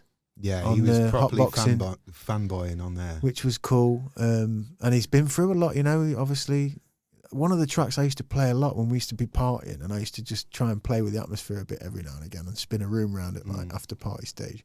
I used to play Kim. Oh, fucking hell. I say, hey, we would all be listening to whatever, and I'd be like, you need to be sacked from your job as a DJ. That's like, makes me feel I was no like, DJ. I was just at a house party and like just twisting the environment completely, and it's just like, hey, what about this? That's awful. Fucking hell. But what a fucking vivid and kind of visceral. Yeah. Lay it all out. Lay it all out. Jesus Christ. Check Kim out if you haven't. Yeah, I don't ever want to hear that song again. Savage. Yeah. Savage. But he, you know, I don't want to be caught in the trap of like back in the day, when he broke through, was it 96, 97 around there, wasn't it? Yeah. I remember hearing him, and I've never been full on rap hip hop. I mean, when I was a kid, I used to go and stay at my banished dad's before he was fully banished. He used to live over in a place in Nottinghamshire, and I used to go and see him at weekends.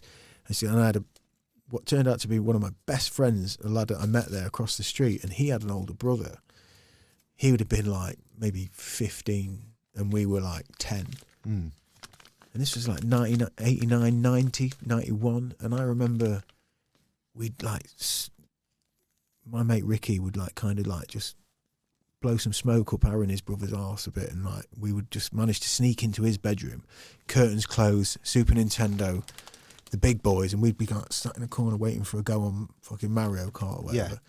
But we'd be listening to like, you know, Cypress Hill and Run Cypress Hill, DMC Black and Sunday when that dropped. When was that? Was that like 1994? that might have been a bit later, yeah. But I remember listening to 95. Public Enemy, people like that, and NWA, and like, and not knowing what the fuck was going on. No Yeah, idea. I didn't get into any of but it. that danger again, Yeah. that kind of edgy kind of enigma of like, whoa. Mm. I didn't get into any of it, mate. Like, growing up as a teenager, in 1995, I was 15. Growing up then, when Oasis were coming out, like, I feel so fucking lucky and privileged to have gone through that. Well, that has been Like, my, that was a my cultural- catalyst, yeah. Yeah. That was my catalyst That for was- music, yeah, really. absolutely. That me bit too. I mentioned there about listening to them in the early 90s was just kind of, that was the only time that I remember really being engaged with rap music, and it was that older kid vibe again. And then it soon became like Guns N' Roses and like stuff like that. But when Oasis came around, Oh, that was ours. that was like, whoa, Adidas trainers, Benson and Edges, fuck Stone this, fuck Island. that, fuck this. Yeah. Yeah, like I'm like that, I can do that, because I was a footballing kid by then. Fucking hell, It's- Sam. it Like, I feel seemed- so lucky to have gone through that. Wow, Like- I didn't know that about you, Ben. Definitely. Wow. So I wasn't interested in any of the hip hop. Like when Snoop Doggy Dogg and Doggy Style came out and Black Sunday, Yeah. which must have been, I'd say 93, 94, 95. Yeah, like mid 90s. But Oasis was ours. We're not idolising American stuff here. Granted, This is our stuff.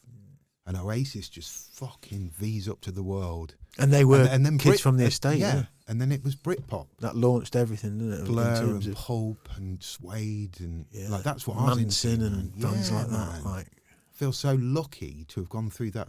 it feels like, I mean, and I'm sure each generation says it, but it does feel like, and maybe it's timing, like say with cameras, CCTV, technology, fucking phones, like that was the last kind of wild time of rock and roll in a way. Yeah, I Garage think, bands, like, I bands making it onto the top of it. It was bands, I like the think top Arctic 10 was Monkeys, bands. Arctic Monkeys did it, didn't they? They did, yeah. But they did it in a sort of- different way. They did it through MySpace. They did it through Yeah. the internet. And I don't remember them being a Carnage band. I don't remember them being... I'm talking about like the whole scene. If you remember, like, if you look at a V Festival poster from 94 or 96 or Yeah. whatever, and you look at it and you go, fuck me, these are all... You can see these are people who have done shit in their garage and now they're on this stage. Yeah. Do you know what I mean? As opposed to people have been picked out on the high street because they're great looking and that's been written for you, and you know, and you're going to be perfect for these writers, and you're going to be, you know, and I'm not saying that is everything, but I think technology, the exponential rate of just like simplifying, streamlining, metadata, you know, algorithm, Yeah. that, and the cameras, man, the fucking cameras. How can bands now, you know, how can you hang around with Oasis post gig if you, which I've done, I've bumped into them a couple of times, and I've made inroads with their like chief roadies, and we've had all sorts of fun, and I've got stories that one day will come out on this podcast that will fucking turn your eyeballs in the back of your head. But with these fucking things, that's a different game now, you know, and it's changed things. It's changed. Like, people don't want to say things in interviews. You can't say too much. You can't, like, that whole kind of primal. It feels like that last 90s kind of, I don't know, where the bands were everywhere. It's kind of gone a bit. And it wasn't great. Oasis were like punk, really, in they a were. way, weren't The they? Pistols element to it. Yeah, it was just fuck everyone. If you don't like it, fuck off. Yeah. Yeah. I remember listening to an interview with them when they were on American radio. They were taking calls from the public, and they were like, oh, some woman came on like, oh, I really like your songs, but I just can't get the way that you're saying you're the best band in the world. And Liam's like, well, fucking who's better than us? Who's fucking gone? Name someone. Who's better? And it was just like, yeah, this is fucking right, man. Yeah. And they fell off a little bit, but they, in my opinion, they carried on making really, really good songs. Yeah, yeah. I agree. I think Noel Gallagher, especially, he's got that, whatever it is, he's got that Midas touch for just that Irish melody. He was a roadie for Spiral Carpets, wasn't he? That's right, yeah. But who would ever know that Liam could be such a good singer? And have that, he's got that fucking mad energy, that weird aura of just, I mean, he didn't do anything. That was great, wasn't it? That's what, he didn't do anything. He just stood there. Yeah. You know, I went to watch him recently, just last year. Who, Liam? Yeah, one of my brothers had tickets, and I was a big Oasis fanboy, and I went to watch him all over the place. Must have seen him 20 times. Like I say, I ended up meeting, partying with them backstage and bits and bobs, and they're massive influence on me. And then something happened in my life which was just fucking really weird. And I mean weird. Your boyhood hero who you've got on your wall that you look at and you emulate, and like you said earlier, when you're in a band, and you emulate, you know. I mean, I don't even. Anyway, I had a girlfriend. I had one girlfriend, in my life. You're holding back on me here. I had one girlfriend in my whole life, and who I introduced to Oasis, because when I got over at 20, I was fucking balls deep. Liam fucked your bird. Is that basically? You got it. Oh, got it. So imagine. How does that not sour the fucking? Imagine being. I mean, think about this, right? It's almost like you don't know whether to say fuck you or thank you.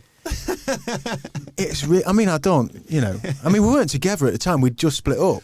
The irony was that, you know, the inroad I mentioned where we met up with the crew, and Jason Rhodes, who's chief roadie, who I see, we went to watch Noel do an acoustic gig in Islington at the chapel, small intimate gig, and Jason Rhodes was stood in there, who I know is one of Noel's best friends, and he was the chief roadie, and I was like, that's Jason Rhodes to my ex-missus. And I'm never one of these like, oh, let's, you know, she's like, come on, I'm like, oh, you know, and she's like, hey, you're Jason, my boy, you know, and then before, we'll cut us after, we're going to the Purple Turtle, we're going to do this, we're going to do that, come and see us.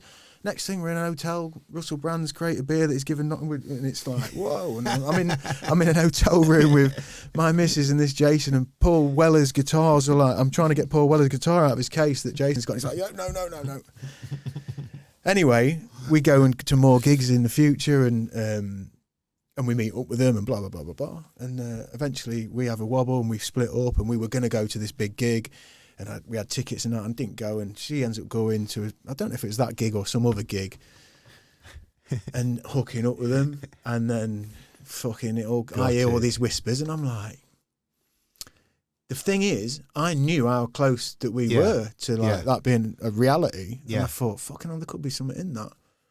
And we weren't together, and it wasn't my place, but you can't help but it was raw. We don't be split up long. Well, you're still protective, aren't you? And, like, you know, this girl didn't know shit from shite about music when I met her. Like, she fell in love with music. So, but I've got no dibs on it. I was like, okay, weird. And that does come in your head. You kind of think, well, this is almost cool. Like, my heroes slept with my only ex-missus. And then that thought comes in your head, and you think, no, this is just fucking what? It's upsetting. It's weird. I look at Oasis now and I think, what do I think when I watch Oasis? And we had tickets booked, actually, to go and watch them at Hampden Park in 2009 when they eventually split up. And I'll never forget, we all went down to Manchester. We stayed in the Palace Hotel. I was fucking charged, and Lost Souls had just done our first EP with Tommy. Right. And we'd been down to Universal Music and had a meeting at Universal, and it was like, stuff was cooking. Yeah. And we went to watch Oasis at Hampden Park, and Kasabian, I think, supported. And there was issues with the sound, right? And I was watching them, and I hadn't said too much to anybody. I hadn't mentioned this to anybody because I didn't know how legit it was. It was only until a member of her family actually took me to the side to tell me some stuff, because we had other things going on, and told me, like clarified. I mean, she rang me up at the time, a couple of weeks later at the time, the ex.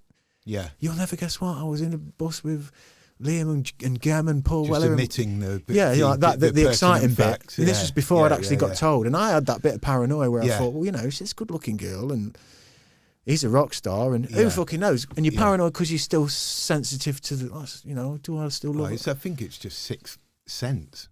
So when I got told, I was like, I wasn't shocked. And because of who told me, I was like, yeah, okay, right, that's weird. So then when I eventually end up watching this gig, I'm like, looking at him and I'm thinking, fuck, he's been my Bruce Lee. He's been my fucking, you name it. He's like, I in a band singing, thinking I was him for the first however many years. And I've had one girlfriend in my life on this planet. That's on her though, Sam. That's on her. I don't listen, I don't even fucking blame. It's no one's done. We had split up. It's fucking just, you could argue on a moral ground. It's weird and it's like, but who knows? Fuck knows. I've got no right. I'm not in any way like, you cunt this, that and the other. It's allocating the blame. It's just fucking weird. Yeah, of course as fuck. Yeah. So I'm watching the gig and I'm not comfortable, to be honest. I'm thinking, this is fucking weird. And luckily for me, they're having dodgy sound issues. So I use that as a bit of a get out with the guys. I say, look, fuck this. Come on, let's fuck off. Let's go back to the hotel and have a jolly, because we had a big bag of MDMA and whatever else. So we do that, yeah. This is where it gets fucking weird. We go back to the hotel, right? And we've got a lovely suite at the top of the palace and we're getting charged up. And some of them are down in the bar having a laugh. And then a couple of lads come up to the room and they're like, Sam, you're going to have to come down, because I'd had this was still CDs. We sat downstairs in the bar with Guy Garvey from Elbow, and he's fucking lovely, he's well cool, and we've been telling him all about Lost Souls. You need to come down, you've got a CD, you've got to bring a CD. And I'm like following my jaw around at this point, do you know what I mean? This fucking, we're all hanging off. So I'm trying to I'm thinking, you're taking a piss. So we get in the lift, we go down, and I'm fucking charged up. And I'm thinking, they're having a, laugh. We go round the corner, walk in, and fucking there's a few of the lads sat, and then Guy Garvey, and he's like, oh, here he is. He's like, oh, you Sam? He said, Lost Souls. He says, is that, are you a fan of the Doves then? Is that Doves, like, I was like,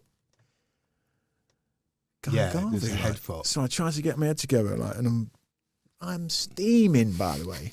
Yeah, so I'm really aware of that as well. And he says, so what kind of music is it that you do? Then the lad said, you've just done an EP, and I guess Lost Souls, Doves, and are you kind of like, and I remember saying, I'm reminded of saying that,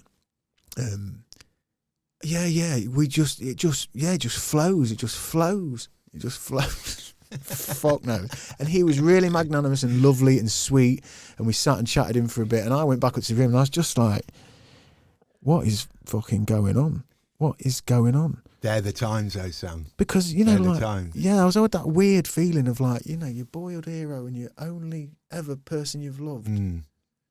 What's the chances of that? I remember seeing Oasis video for Cigarettes and Alcohol. Right. Do you remember it? Yeah. Was it in black and white? Yeah, black and white, and there's just chaos behind gigs in that. Yeah, loads of groupies. And I remember thinking at the time, like, that's someone's missus. 100%. Totally. Do you know what I mean? And listen, that's off. I don't knock her. She's a free bird. Do what you want. Yeah. And, I just weird that I introduced. It's just very strange. Who knows? But that's what's happening. That's that's rock and roll, isn't it? It's rock and roll, and ultimately, it's somebody is more attractive when they're on a stage. The persona, the fact that look at us, 10,000 people fucking just gagging for this person's energy. Ed Sheeran used to, when he was doing busking and stuff, and the battle rock stuff was kicking off in the UK, he used to go down to these Don't Flop gigs and judge battles. And then 2 years on, he's got a deal. 10 years on, he's on fucking stage with Beyonce. He's the biggest fucking artist on the planet. Yeah, I really like him, man. I've got a lot of time for him because I think he's incredibly talented. He's come up on this podcast before. I think it's episode number 4, not entirely sure. Kieran Rattigan, who worked for Live Nation for a while. And he was putting gigs on, and Ed was on a gig one night, just a loop pedal and a kid turning up at wherever it was, just some venue in London. And I said to him, did you notice anything that night? He's like, well, he was good. He says, but, lots of people are, and you don't know anything at the time, and then he goes on to do what he did. Man. And how are you going to market that? Like a big shaggy-haired ginger lad on his own. Again, like we were talking about, it's not in a group. Yeah. He's just on his Todd. Yeah. Like, that's where the talent does come through. So fair fox to Ed Sheeran. Like, Yeah, his thing's his thing, and I'll tell you, I listened to his Desert Island Disc, which I think I've said on this podcast before. Really sweet, humble lad. And he must have had a bit of an head fuck, because did you ever see the Beatles film where the young lad was the only guy who remembered the Beatles? What was it called? It's a Danny. Yesterday, yeah, Trainspotting director. I love him. What's his fucking name? Danny Doyle. Danny Boyle. Boyle. Yeah. His film, brilliant film. And Ed Sheeran plays a cameo in it of himself. Right. And they have a bit of a song off, a bit of like this kid who's the only person who remembers the Beatles, he's kind of cashing in on it. He's like, oh, he's making out the Beatles songs are his. Okay, yeah, I heard about that. Man. This is it, yeah. I heard about that. And he plays a gig with Ed Sheeran. So he's like doing the songs and making out then Ed Sheeran, he's up and coming, like you just said. Yeah. He's the young upstart. And Ed Sheeran's really magnanimous and says, oh, yeah, well, come and tour with me. I love what you're doing. You're really good. And it's coming through that he's really good because he's knocking out Yesterday and God knows what. And then they're backstage after a big gig they've done together, like Green Room with all the crew. What about, let's just do something off the cuff. You go, I go. Yeah.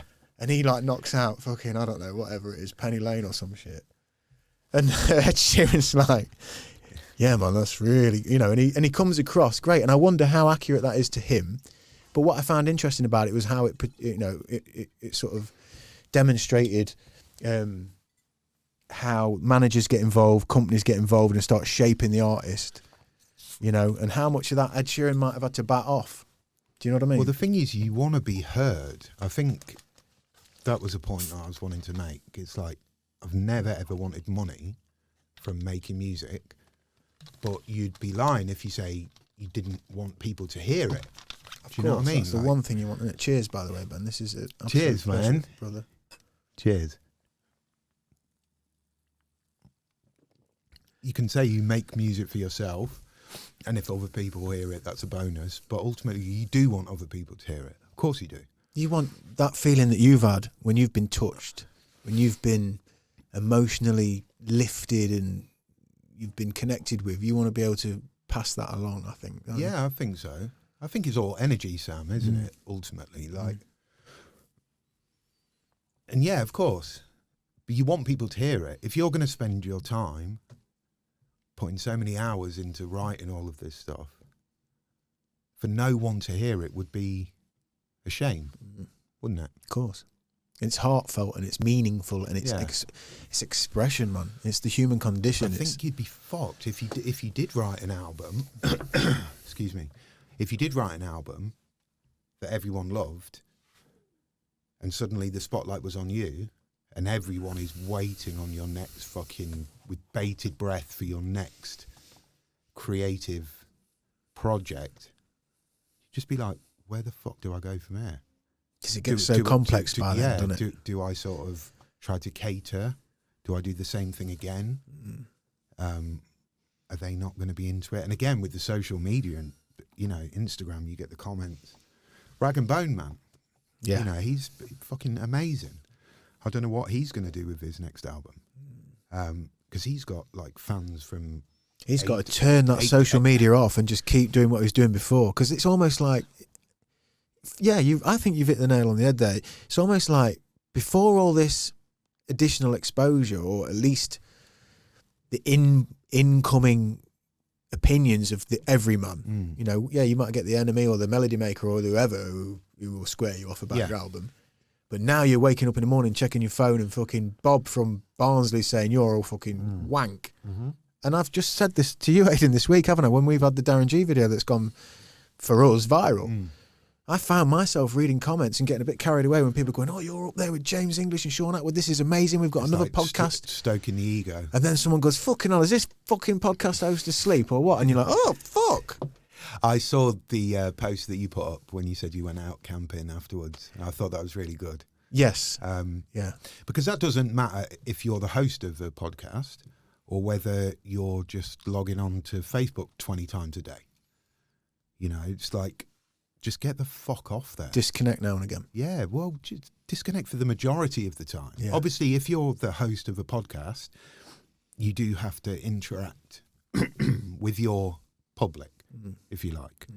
You don't want to be seen as somebody who doesn't talk to their fans. And I like to think, though, Ben, as well, is that there's a I don't want to say a valid reason, but there is a legitimate thing happening where you are putting your content out and you're not just throwing random ideas and opinions out and seeing what comes back and then batting into it is literally, well, I've had this interesting conversation. It should be, Sam, and I think that's like what your one is a conscious stream of thought. And like you said, on the sort of description of your podcast, It's like fears, Yeah, love, drugs, love, loss, drugs. peace. Humour. Yeah, man. Yeah, Well, it's trauma. just life. Yeah, 'Cause being a nobody's- human, man. Yeah. Being a nobody's fucking got the, human Nobody's is got the answers. mental. Nobody's got the answers. Yeah, And everyone's fucking scared. yeah. So being an artist who's got that now, like you say, Rag and Bone Man, you've got to turn. I mean, I just listened to Miley Cyrus actually on that camping trip when we were going off to sleep. We just, because it was so dark and fucking windy on the top of that hill at like 8 o'clock, my wife and I just hopped in a tent and we ended up just putting a little podcast on. We just laid in the dark and we listened to Miley Cyrus, right? Again, like in an Ed Sheeran-esque kind of a fucking global phenomenon pop way.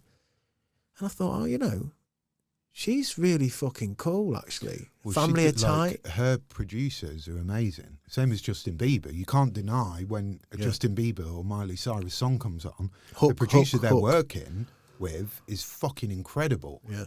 Like, it's a good song.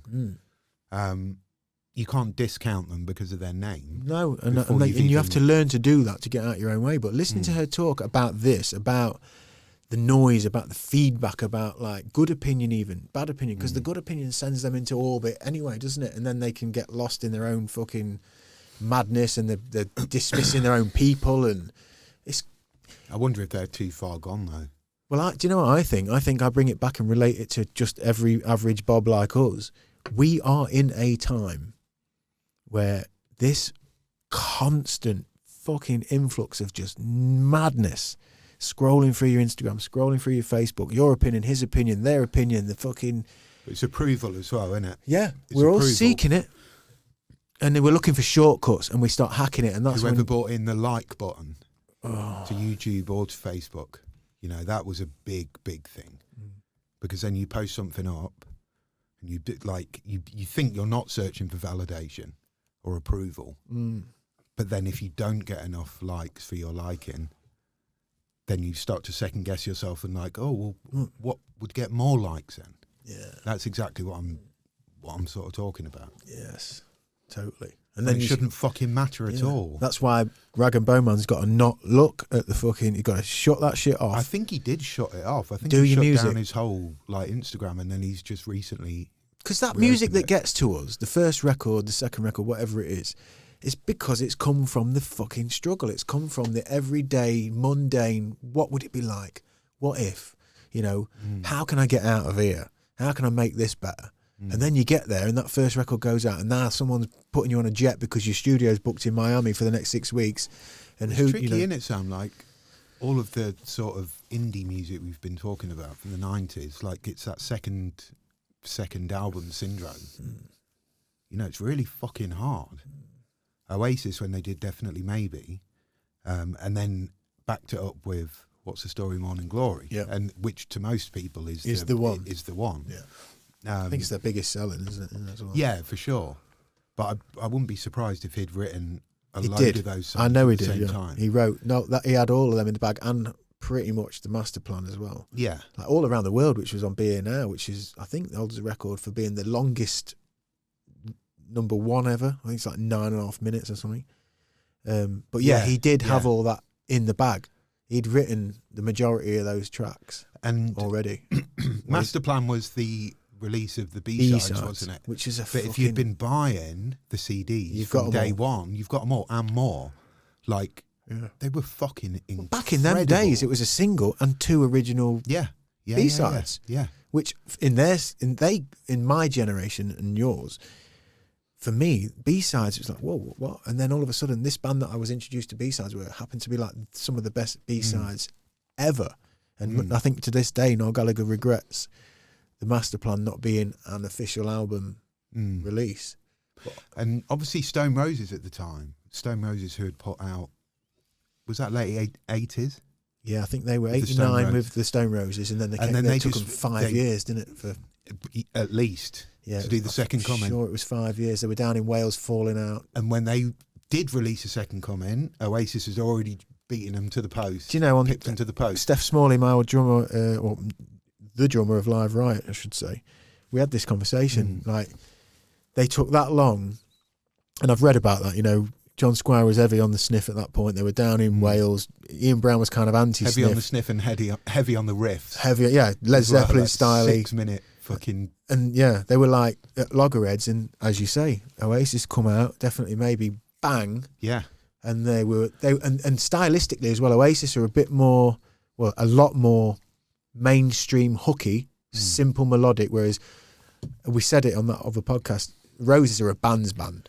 Yeah. Do you know what I mean? They're the band that the bands go, fucking John Squires is like 10 times the guitarist Noel Gallagher. Exactly, and Noel Gallagher will tell you that. And yeah. But then Noel hit that thing that was like, he hit the hook. He hit the sweet spot. Yeah, that sweeping kind of universal... And I do put it down to their like Irish lineage. Yeah. It's like shanties, it's like love songs. He just seemed to tap into it perfectly.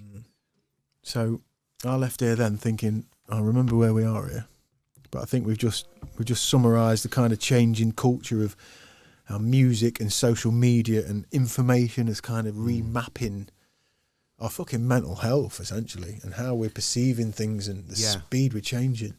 And I think now more than ever, it's not only the audio side of things of a good song. It's now as much as a good song is a good video. So the visual side of things, which never used to be the case. The visual side of things used to be secondary. You know, it's like people love the fucking song. And then they look at the video and like, oh yeah, that video's good or funny or whatever. It just used to be filler in a way, didn't it? Yeah, absolutely. But now it's like, it's as important. Because you've got a generation now growing up where YouTube has been there like since the start. Yeah. When we were doing stuff in the 90s, it makes you sound like a hippie. Yeah, back in the 60s, man, innit? But that's where we are. Yeah, that's where we are. But there used to be no sort of visual props. Just used to be like just record a song. Yep. And that is just no longer the case. I was out there when we had a fucking banner with our name on behind us live. It was like, what? We're going to pay £100 for a banner? I was like, yes, we are. When they take photos, right, someone's going to have a camera. Someone will have a Kodak throwaway fucking camera. Yeah. They'll know who it is in the picture. And they were like, what? That's it, man. Like you said earlier, like our paths never really crossed. But what I've heard from you musically, I've always been a fan. Nice one, man. Yeah, man. Nice one. I appreciate that. Well, let's get onto your music, because you talk about videos. You know, you've how many albums? You've done 4 albums? So we did the Swampfoot one in Lincoln. Yeah. And then there's been another 4, I think, yeah. And there's a 5th Longusto? one. Yeah, there's a 5th one. Is there? In the offing, yeah. And when's that been written? Has that been written recently? All since COVID. Do you know what? I'm so pleased to hear that, because I've talked, when we have got onto musical stuff with guests or privately. Yeah. I've spoken to people who do music, and like some people are like, I can't write anything now, and I haven't really heard of anybody who's like put it down. So I've been really interested to hear this. Yeah.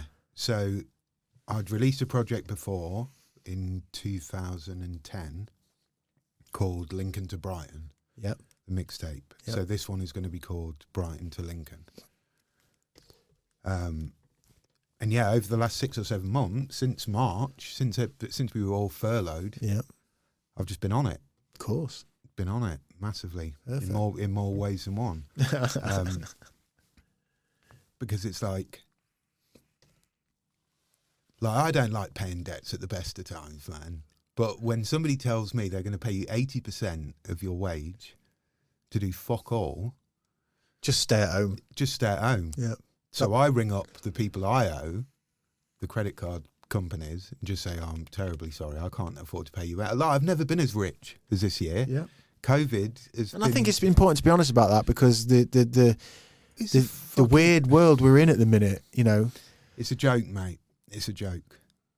But anyway, that has coincided with me sitting on my ass at home, has coincided with, like you say, about buying the new mics and about buying the new cameras in your little setup here. Yep.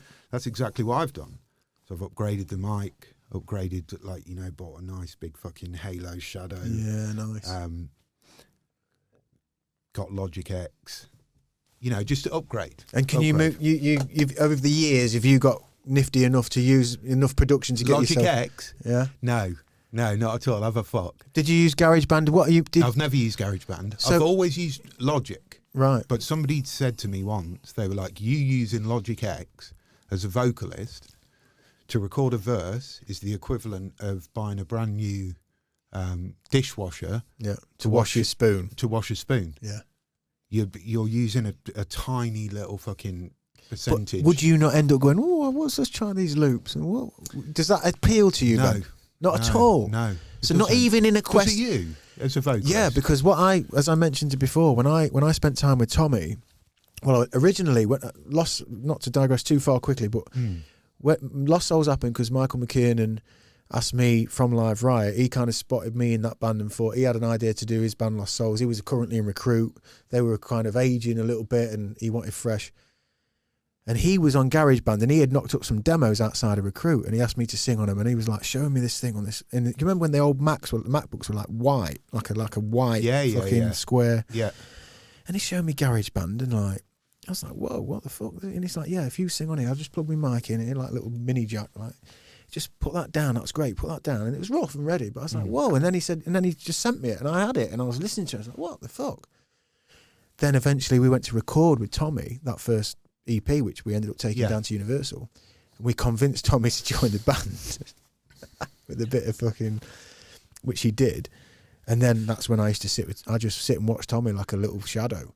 And then I ended up getting a machine and then I would write my stuff because I had a strange time writing songs. I used to sit and try and write a song about a thing and just hit the fucking wall with that derivative rhyming.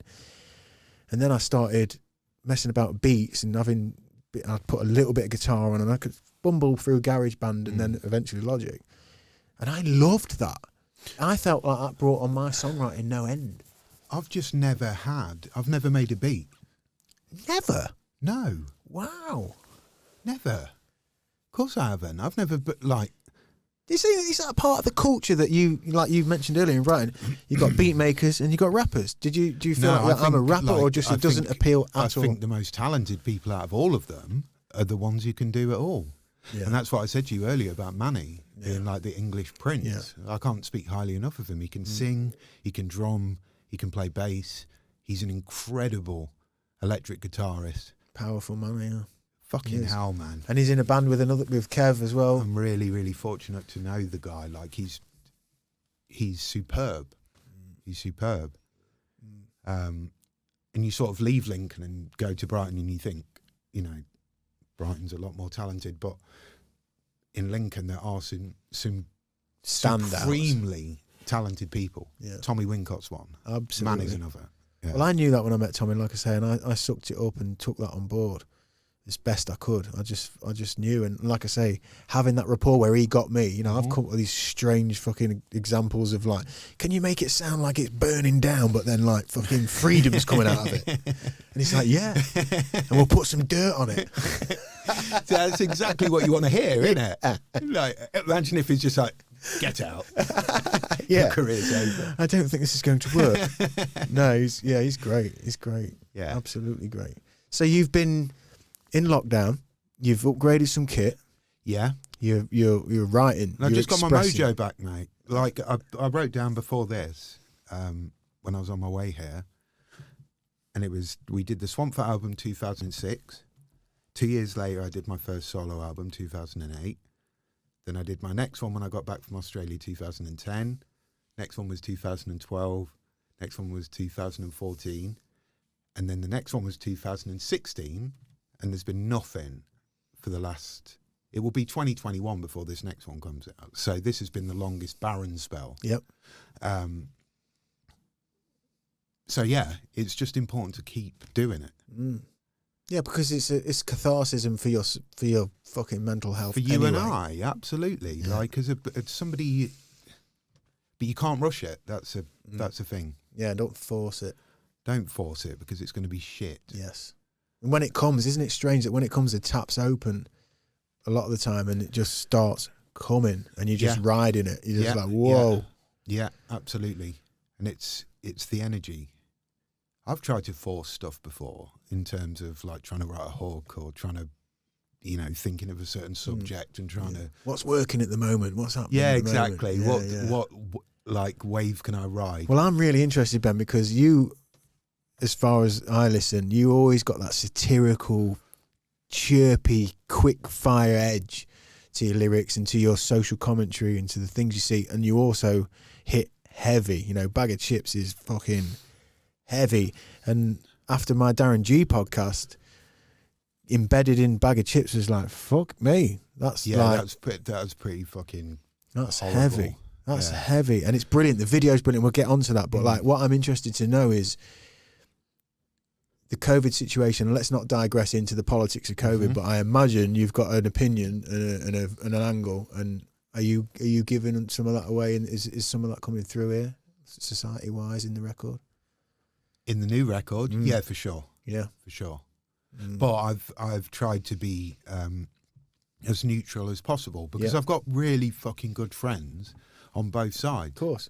And you think to yourself, like, it's very quickly turning into an us and them situation. However, the us and them situation is me and a really fucking good friend of mine because he works for the NHS. And so of course he's going to be thinking of it differently. He's got to, because it's so the whole you have structure. to like remember that we're fucking human beings. And you don't want to back anyone up. You just maybe you want, and this is what I think you do brilliantly. And as you mentioned, Eminem and all these people that culturally reference things, you do it in a way where you don't back someone up. You just shine a light in a place, often with humour or often with seed.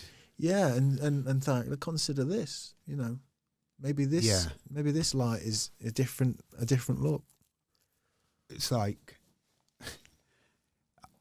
I don't think any other UK rapper had done a track about getting sucked off by a ladyboy. That's fucking. And we're gonna. Do you know what I mean? This podcast is going to be a fucking marathon, isn't it? But like, again, it's just like honesty. If you're going to go through the whole like Northern thing, I personally think Land of Smiles, yeah. I love Northern people because I think they're honest. They're salt of the earth, straight up, yeah. My wife's from Newcastle, and when we got, and you mentioned earlier we're Midlands, although I often think of us as kind of Northern because when you look at the map, you've got like Manchester, Liverpool, Leeds. You're above halfway, aren't you? And we're kind of like, we're not that. Take Scotland out of the equation, and we're well above. And halfway, we're not that. If you look at Manchester on the west, we're like a fraction below them in Sheffield, really. But it's just honesty. Newcastle people, when I go up there, they look at you and stuff. Oh, I fucking love Newcastle. Oh yeah, come and sit down, mate. That's like the closest place to Scotland, isn't it? Yeah, pretty much before you cross over, yeah. And they've just all been fucking locked down. So I hear, Sunderland. Today. And the curfew. A curfew. Today, apparently. Because, obviously, if you've been at work all day in the office with everybody, you can't be out later than 10 o'clock with anybody because then there's a real risk happening. What the fuck does that even mean? Fuck. Doesn't make any sense. Yeah, after 10 o'clock, COVID is fucking rampant. It's rampant. Fuck. It really ramps up a notch. Anyway, well, fuck that shit. Nobody deserves this bollocks, do they? But no, I'm super stoked to hear what you come out with. And as I alluded to there, Bag of Chips, and I mentioned to you before we did this, listening to your stuff more and more over this last week in preparation for this and really kind of going, fuck yeah, this is fucking. And like I say, the Darren G podcast we've just done and Bag of Chips in particular. In fact, can you bring that up, Aidan? Bag of Chips, Longusto. Great animated video. How did that come around and who did that go out with? Well, I was thinking about this one. Once you put it on, we'll have a look and see who the producer was. He's extremely talented. Longusto. That's it. I'm not sure if he's Welsh. Yes, that one. If you go down to their blurb, you should say who did it. This had Eminem about it for me. I love that little hook. It's fucking horrible, mate. That ding ding ding. Yeah, but it's horrible. Story. But this is what the Eminem side of it is for me. You've got this kind of almost circus like hooky sonic, but then you've got this number one dark. I will give you the link Subject about who matter. did the things. It's not on there, and it's out of order for me not to say who it was. Yeah, we'll link it in at the back. Yeah. But the subject matter is super dark, but then you deliver it with that kind of tongue in cheek's not the right way, but like there's a like, hey, what are you saying? What are you saying? It's like a story. Yeah. And it was dear. It wasn't cheap. I think it was like 600 quid. Oh, it's got to be. I mean, it's brilliant. Because animation. he does it all from, like, he's drawn every single bit of Yeah, this, every frame. Let's check it out. which is really impressive. That's enough to stop the rumbles in his tummy. Nick the money from his mum's handbag while she had a piss. That's a classic trick, cause he knew she wouldn't give it if he asked. She was living with a habit, needed every last penny for her next bag of tricks. Dashed from the flat door, slamming on his back as he ran quick. Gang of lads on the corner ignored him. They were full of swagger, lambasting, calling him a bastard. Knew he never had a dad, never knew the dad that he had. Used to batter him, belittle him, laugh at him, spit on him, smack him. All a far cry from the years when they tickle him and laugh. Little kid, now the man of the house. Ever since the day his mother summoned the courage to chuck him out. She said she can't be fucked with him now. Looking down, see his grubby mitt clutching the pound for the bag of chips. And it's only a bag of chips. Not speed, not ease, not cannabis. He's not a druggie, he could have been with ease. He declined every offer of the many opportunities. He didn't want to be a wannabe. He wanted to be free, wanted to achieve, wanted to believe in the dreams of a better life. Never had that, trying to block the image of his stepdad in his bed at night. He kept their little secret, scared of him, so he never dared to repeat it. Coming in drunk, stumbling to the bunk where he lay, had his way, left him covered in his It's a secret, kept to himself, he kept stum. Left in the back of his mind like it's irrelevant. Teachers worried about plummeting grades. When they try to bring it up, he's got nothing to say. But he never plays through it, never misbehaves. He's at pains to attend, never misses a day. Now he walks straight, never straying from the path as he's quickening his pace. Face lights up at the sight of the chippy, the safety there. Walks in through the doors and ignores the stairs. Takes place at the back of the queue. Waits patient, envious eyes on the place and the flake. Hands over the quid, they take and exchange it for a bag of chips on a paper plate. Sitting down, he devours it, feeling satisfied. Then he hears a loud racket outside, realizes he's made a mistake. No way to escape the grave danger that's laying in wait outside. Trying to decide whether to hide or just put a brave face on and make a break. Takes a second to think. The gang wander past, but one lad recognises him. Now it's all kicking off in the shop. Sickening to watch, 24 limbs flying 6-on-1. Battered him into submission, punching and kicking and carried on till his body was convulsing and twitching. Not a single fuck given. The only vision was a red mist, not the next stretch in prison. Back at home, mum sobering up from a dose of a drug to notices that her son's gone missing. Her brain's addled. She ain't panicking, he's always vanishing, it's like a habit to him. Doesn't realise yet he's the next protagonist in the scene of the street savageness, all for a bag of chips. Hoodoo Animations. Fucking hell. That. Yeah, it's horrible. Where did that come from, Ben? From a. So the first thing you had asked me earlier about where did the inspiration come from. So I was working in London, but living in Brighton. So I moved up to Hackney, Right. to think that I'd be closer to work. I miscalculated. But anyway, I ended up moving to a place called Clapton, which was like Murder Mile.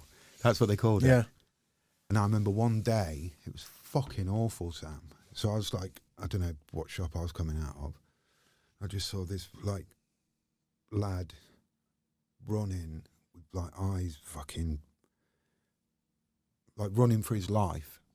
And there was 6 or 7 other lads behind him, all black lads. And I was just like, fucking hell, they're going to get him. It's not good, is it? And it led from there. That's what started the thing. It was fucking awful. Like, I'd never seen that before. Did they get him? Did you see? I didn't see them get him. But they must have done because of the time distance thing. There were 6 or 7 of them. There was only him, and he was tiring. And just Fucking horrible, mate. so when you're populating that lyric, though, Yeah. So I mean, there's some severe, and accurate, as I understand it. Where are you pulling that from?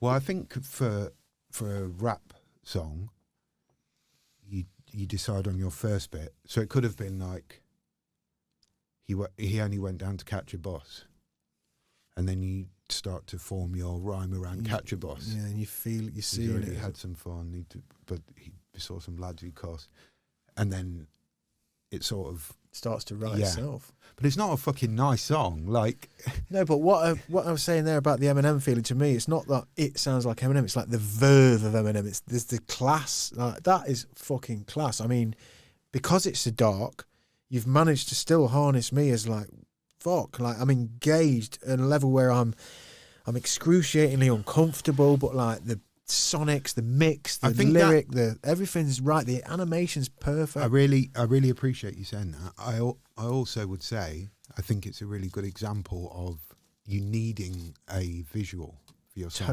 Totally. Because that song wouldn't be nearly as hard hitting if you just put it on YouTube just as the audio. Well, I talked about Kim earlier, and we're not a million miles away. No. We're not a million miles away. No. That kind of fucking Jesus Christ. Whoa, that's happening. This happens. Yeah. But I think you're talking then about Eminem. Well, I'm talking about what I hear. Yeah. I hear something that fucking strikes me in the belly of like, I know that in an uncomfortable way that this happens and this is real and like this is fucking being horrible, mate. Yeah, and this is being put across in a way that's getting me. It is mesmerizing me. It is making me consider it in every single way. And it's that weird thing about music, the beat's got you. I'm watching that then, and I can't help it. I'm there because the funk's there, and You're not going to put it on at a disco, are you? Well, it depends if it's after party and I want to twist it off. After party and I want to beat someone to death. But then on the flip side, let's pull up call centre. All. Yeah. So this was a few years. Longusto call centre, yeah. But this is complete fucking opposite. This is you touching on kind of like celebratory kind of ska. There's reggae feel. There's just a satirical take on the mundane. There's a few different bits in the mix. So obviously Tom Caruana's beat. Yeah. Okay. And a girl called Caroline Iolandi, who's a very good friend of mine, hugely talented. She filmed the whole thing. Which is great because there's a few people involved with this. Dimes and Anita are on it. Dimes and Anita, right? I thought awesome. And Anita she does. Yeah, all right, yeah. I'm not interested. But also, what's called the stage. How did you have like an office place that you just went into? It was Caroline, mate. So there's a massive, great fucking call center. I think she used to work at it, and she went back in and was like, "Oh, we're doing a play or a documentary or a musical or something." Yeah. She didn't give the game something away. Classy. Yeah, not just. Fucking not ridiculing the fact that you lot work here. Skinhead doing it like. But yeah, but all of these ones, like I wish that I had the budget to do. Yeah, but I watch these and I think you've done fucking amazing. And to hear that animation was only in that ballpark, and I mean, this hits the level. I think you've done a fucking great job with it. Thank you, Sam. Great But job. I mean, as an artist, you would want one of these for every song you do. Of course. Yeah, of course. I know. And that's not much to ask. This is great. There's Anita looking glamorous as ever. Your missus said to me earlier, I thought you'd much smaller and bald. Well, obviously she's been getting hammered with all this. Say what I like to anybody on the end of the line. There's no respite. It's so boring. Hot under the collar while you're cold calling and getting paid for call. Please hold. I throw my whole life away. It's very well very well shot. It's great. I believe it. It's real. It's as good as anything else I've seen in this.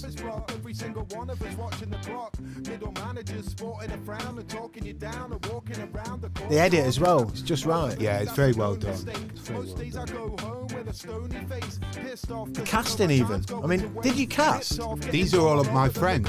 So you just wrote people in and... Yeah, that's Elemental, look, in the pink shirt. Yeah, in the pink shirt. Yeah. No, I know. This is Coasty, a rapper that I've done loads of stuff with.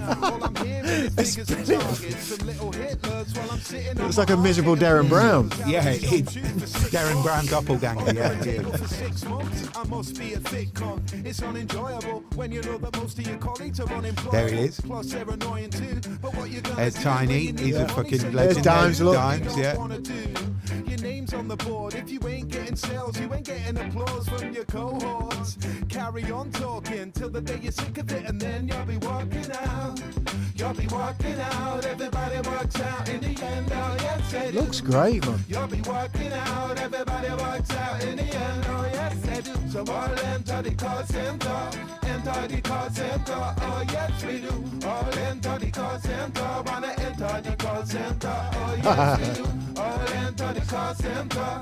Enter the call There she center. is. Oh yes, we do. All enter the call center. Wanna enter the call center. Oh yes, we do. Big shouts to Telly, Jen and Brighton. Simply Energy. Victoria Electricity and ANZ Bank, all in Melbourne, Australia, for the inspiration. Honourable mention to Ingfish, and I'm sorry we never hooked up on that one, but all enter the call centre, oh yes we do. So all enter the call centre, enter the call centre, oh yes we do. All enter the call centre, wanna enter the call centre, oh yes we do. All enter the call centre, all enter the call centre, oh yes we do. All enter the call centre, wanna enter the call centre, oh yes we do. Oh.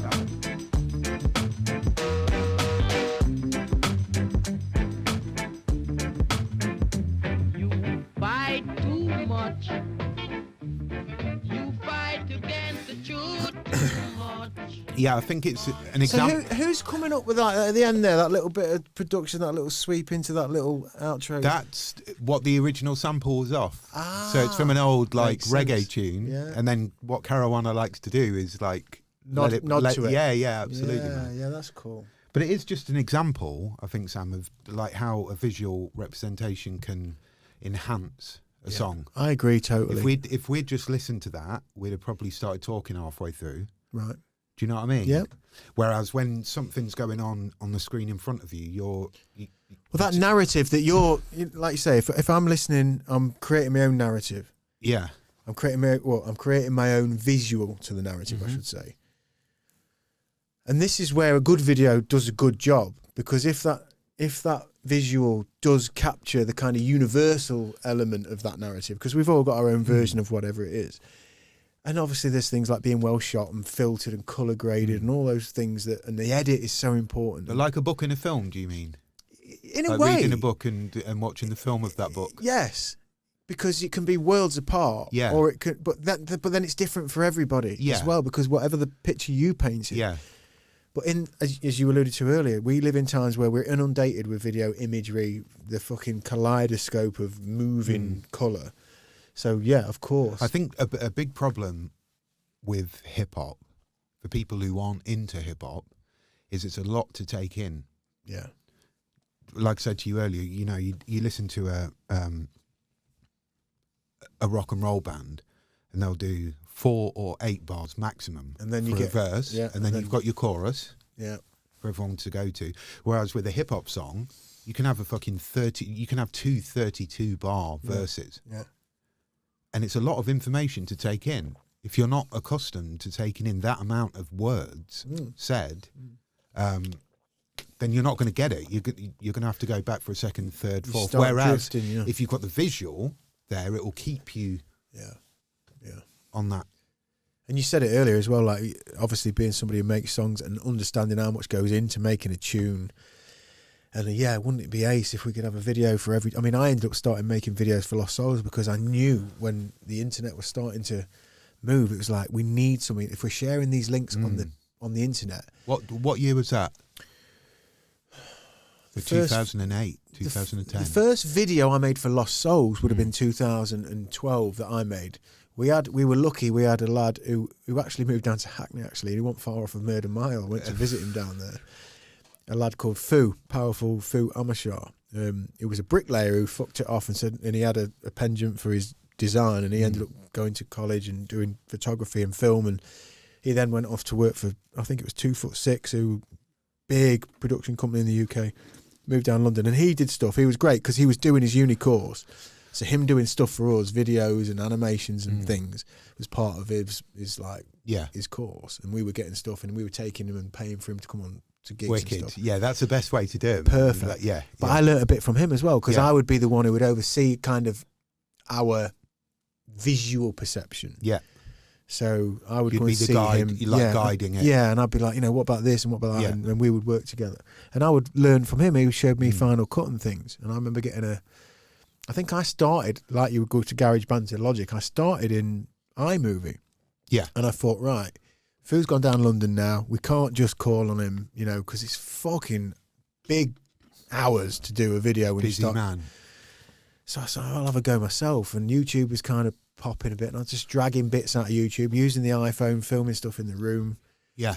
And like putting some filters on. And it was only kind of like, you know. But that's still creative though, so. And it worked, and it got us some stuff. And then all of a sudden, a link you're sharing on your Facebook or whatever was now travelling with the visual you're talking about. And now we can start to engage a bit.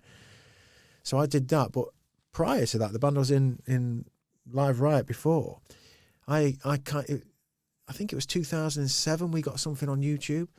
I managed to accost a couple of students from the university and just drag them up to the Ermine for a couple of days under duress and say, look, we need a video for this track. And we did a video up on the estate.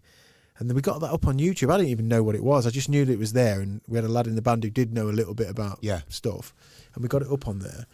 And that was early days. I think we were up on YouTube within about 18 months of it being out. Right. But when I actually started to realise, I can do a bit, because I had a laptop that was powerful enough to do something, and dragging stuff off YouTube and putting some of our stuff in it. Cutting, pasting. And I loved it. But now, editing, I find, to do it justice, you've got to be so dedicated and really watch that over. Yeah, well, there's a lot more. Over. There's a lot more aspects rather than just cut this, drag it there. Yeah.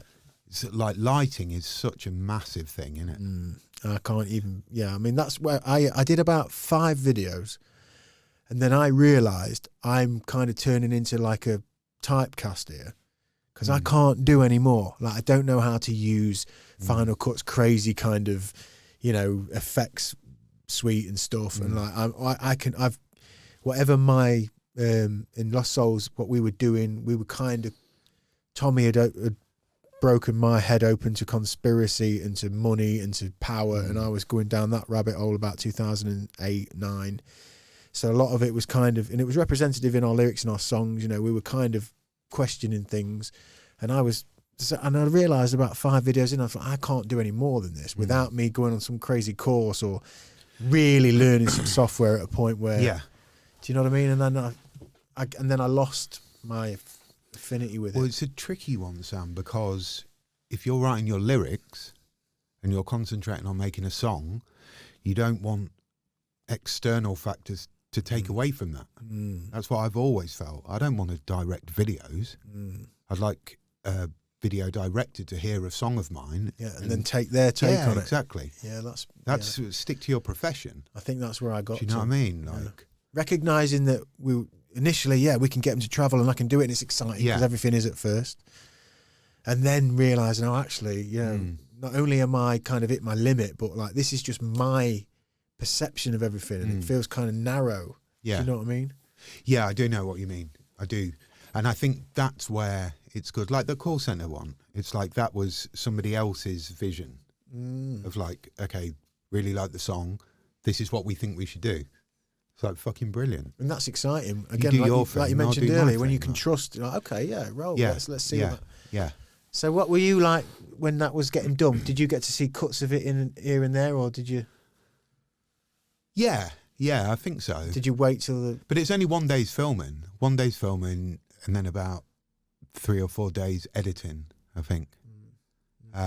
But yeah, they sent me through a thing which was like 0.01 seconds to 0.26 seconds. Yeah.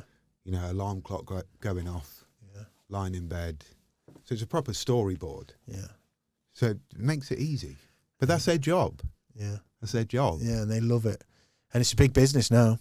Well, fucking hell, the power lies with the video Everything. Video. Well, when I started doing this podcast, Ben, this podcast that people said to me, oh, you need to do video. You've got to do video. You've got to do video. And at the time, because I'm going through my own personal kind of, like I mentioned earlier, code, I'm really aware of us slipping away into digital realm.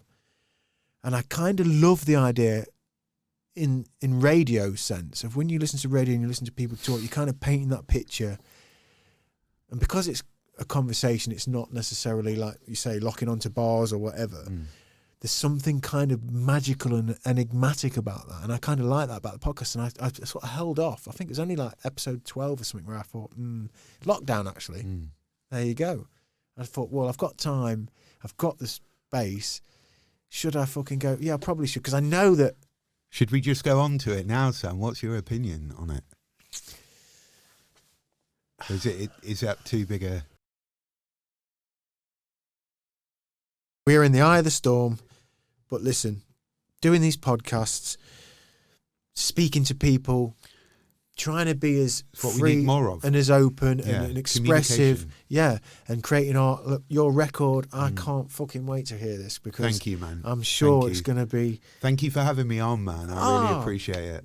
It's been a pleasure, utter pleasure, and thank you for the support. Yeah. We'll link up. I mean, obviously, we show people videos. We'll link everything in. When do you think the album's going to be? I think it's probably going to be another 3 months to finish it vocally, and then I think it's probably going to be another 3 months to master it. Tweaking it. And so, yeah, next year. Basically, all I can guarantee is COVID is still going to be here. Well, listen, Ben, this has been beautiful, Mr. Longusto. Looking so forward much, to the Sam. record. I really appreciate Let's have some the opportunity. human contact. Peace. Yeah, peace, man. Nice one. Thank you so much. Cheers. Thank you.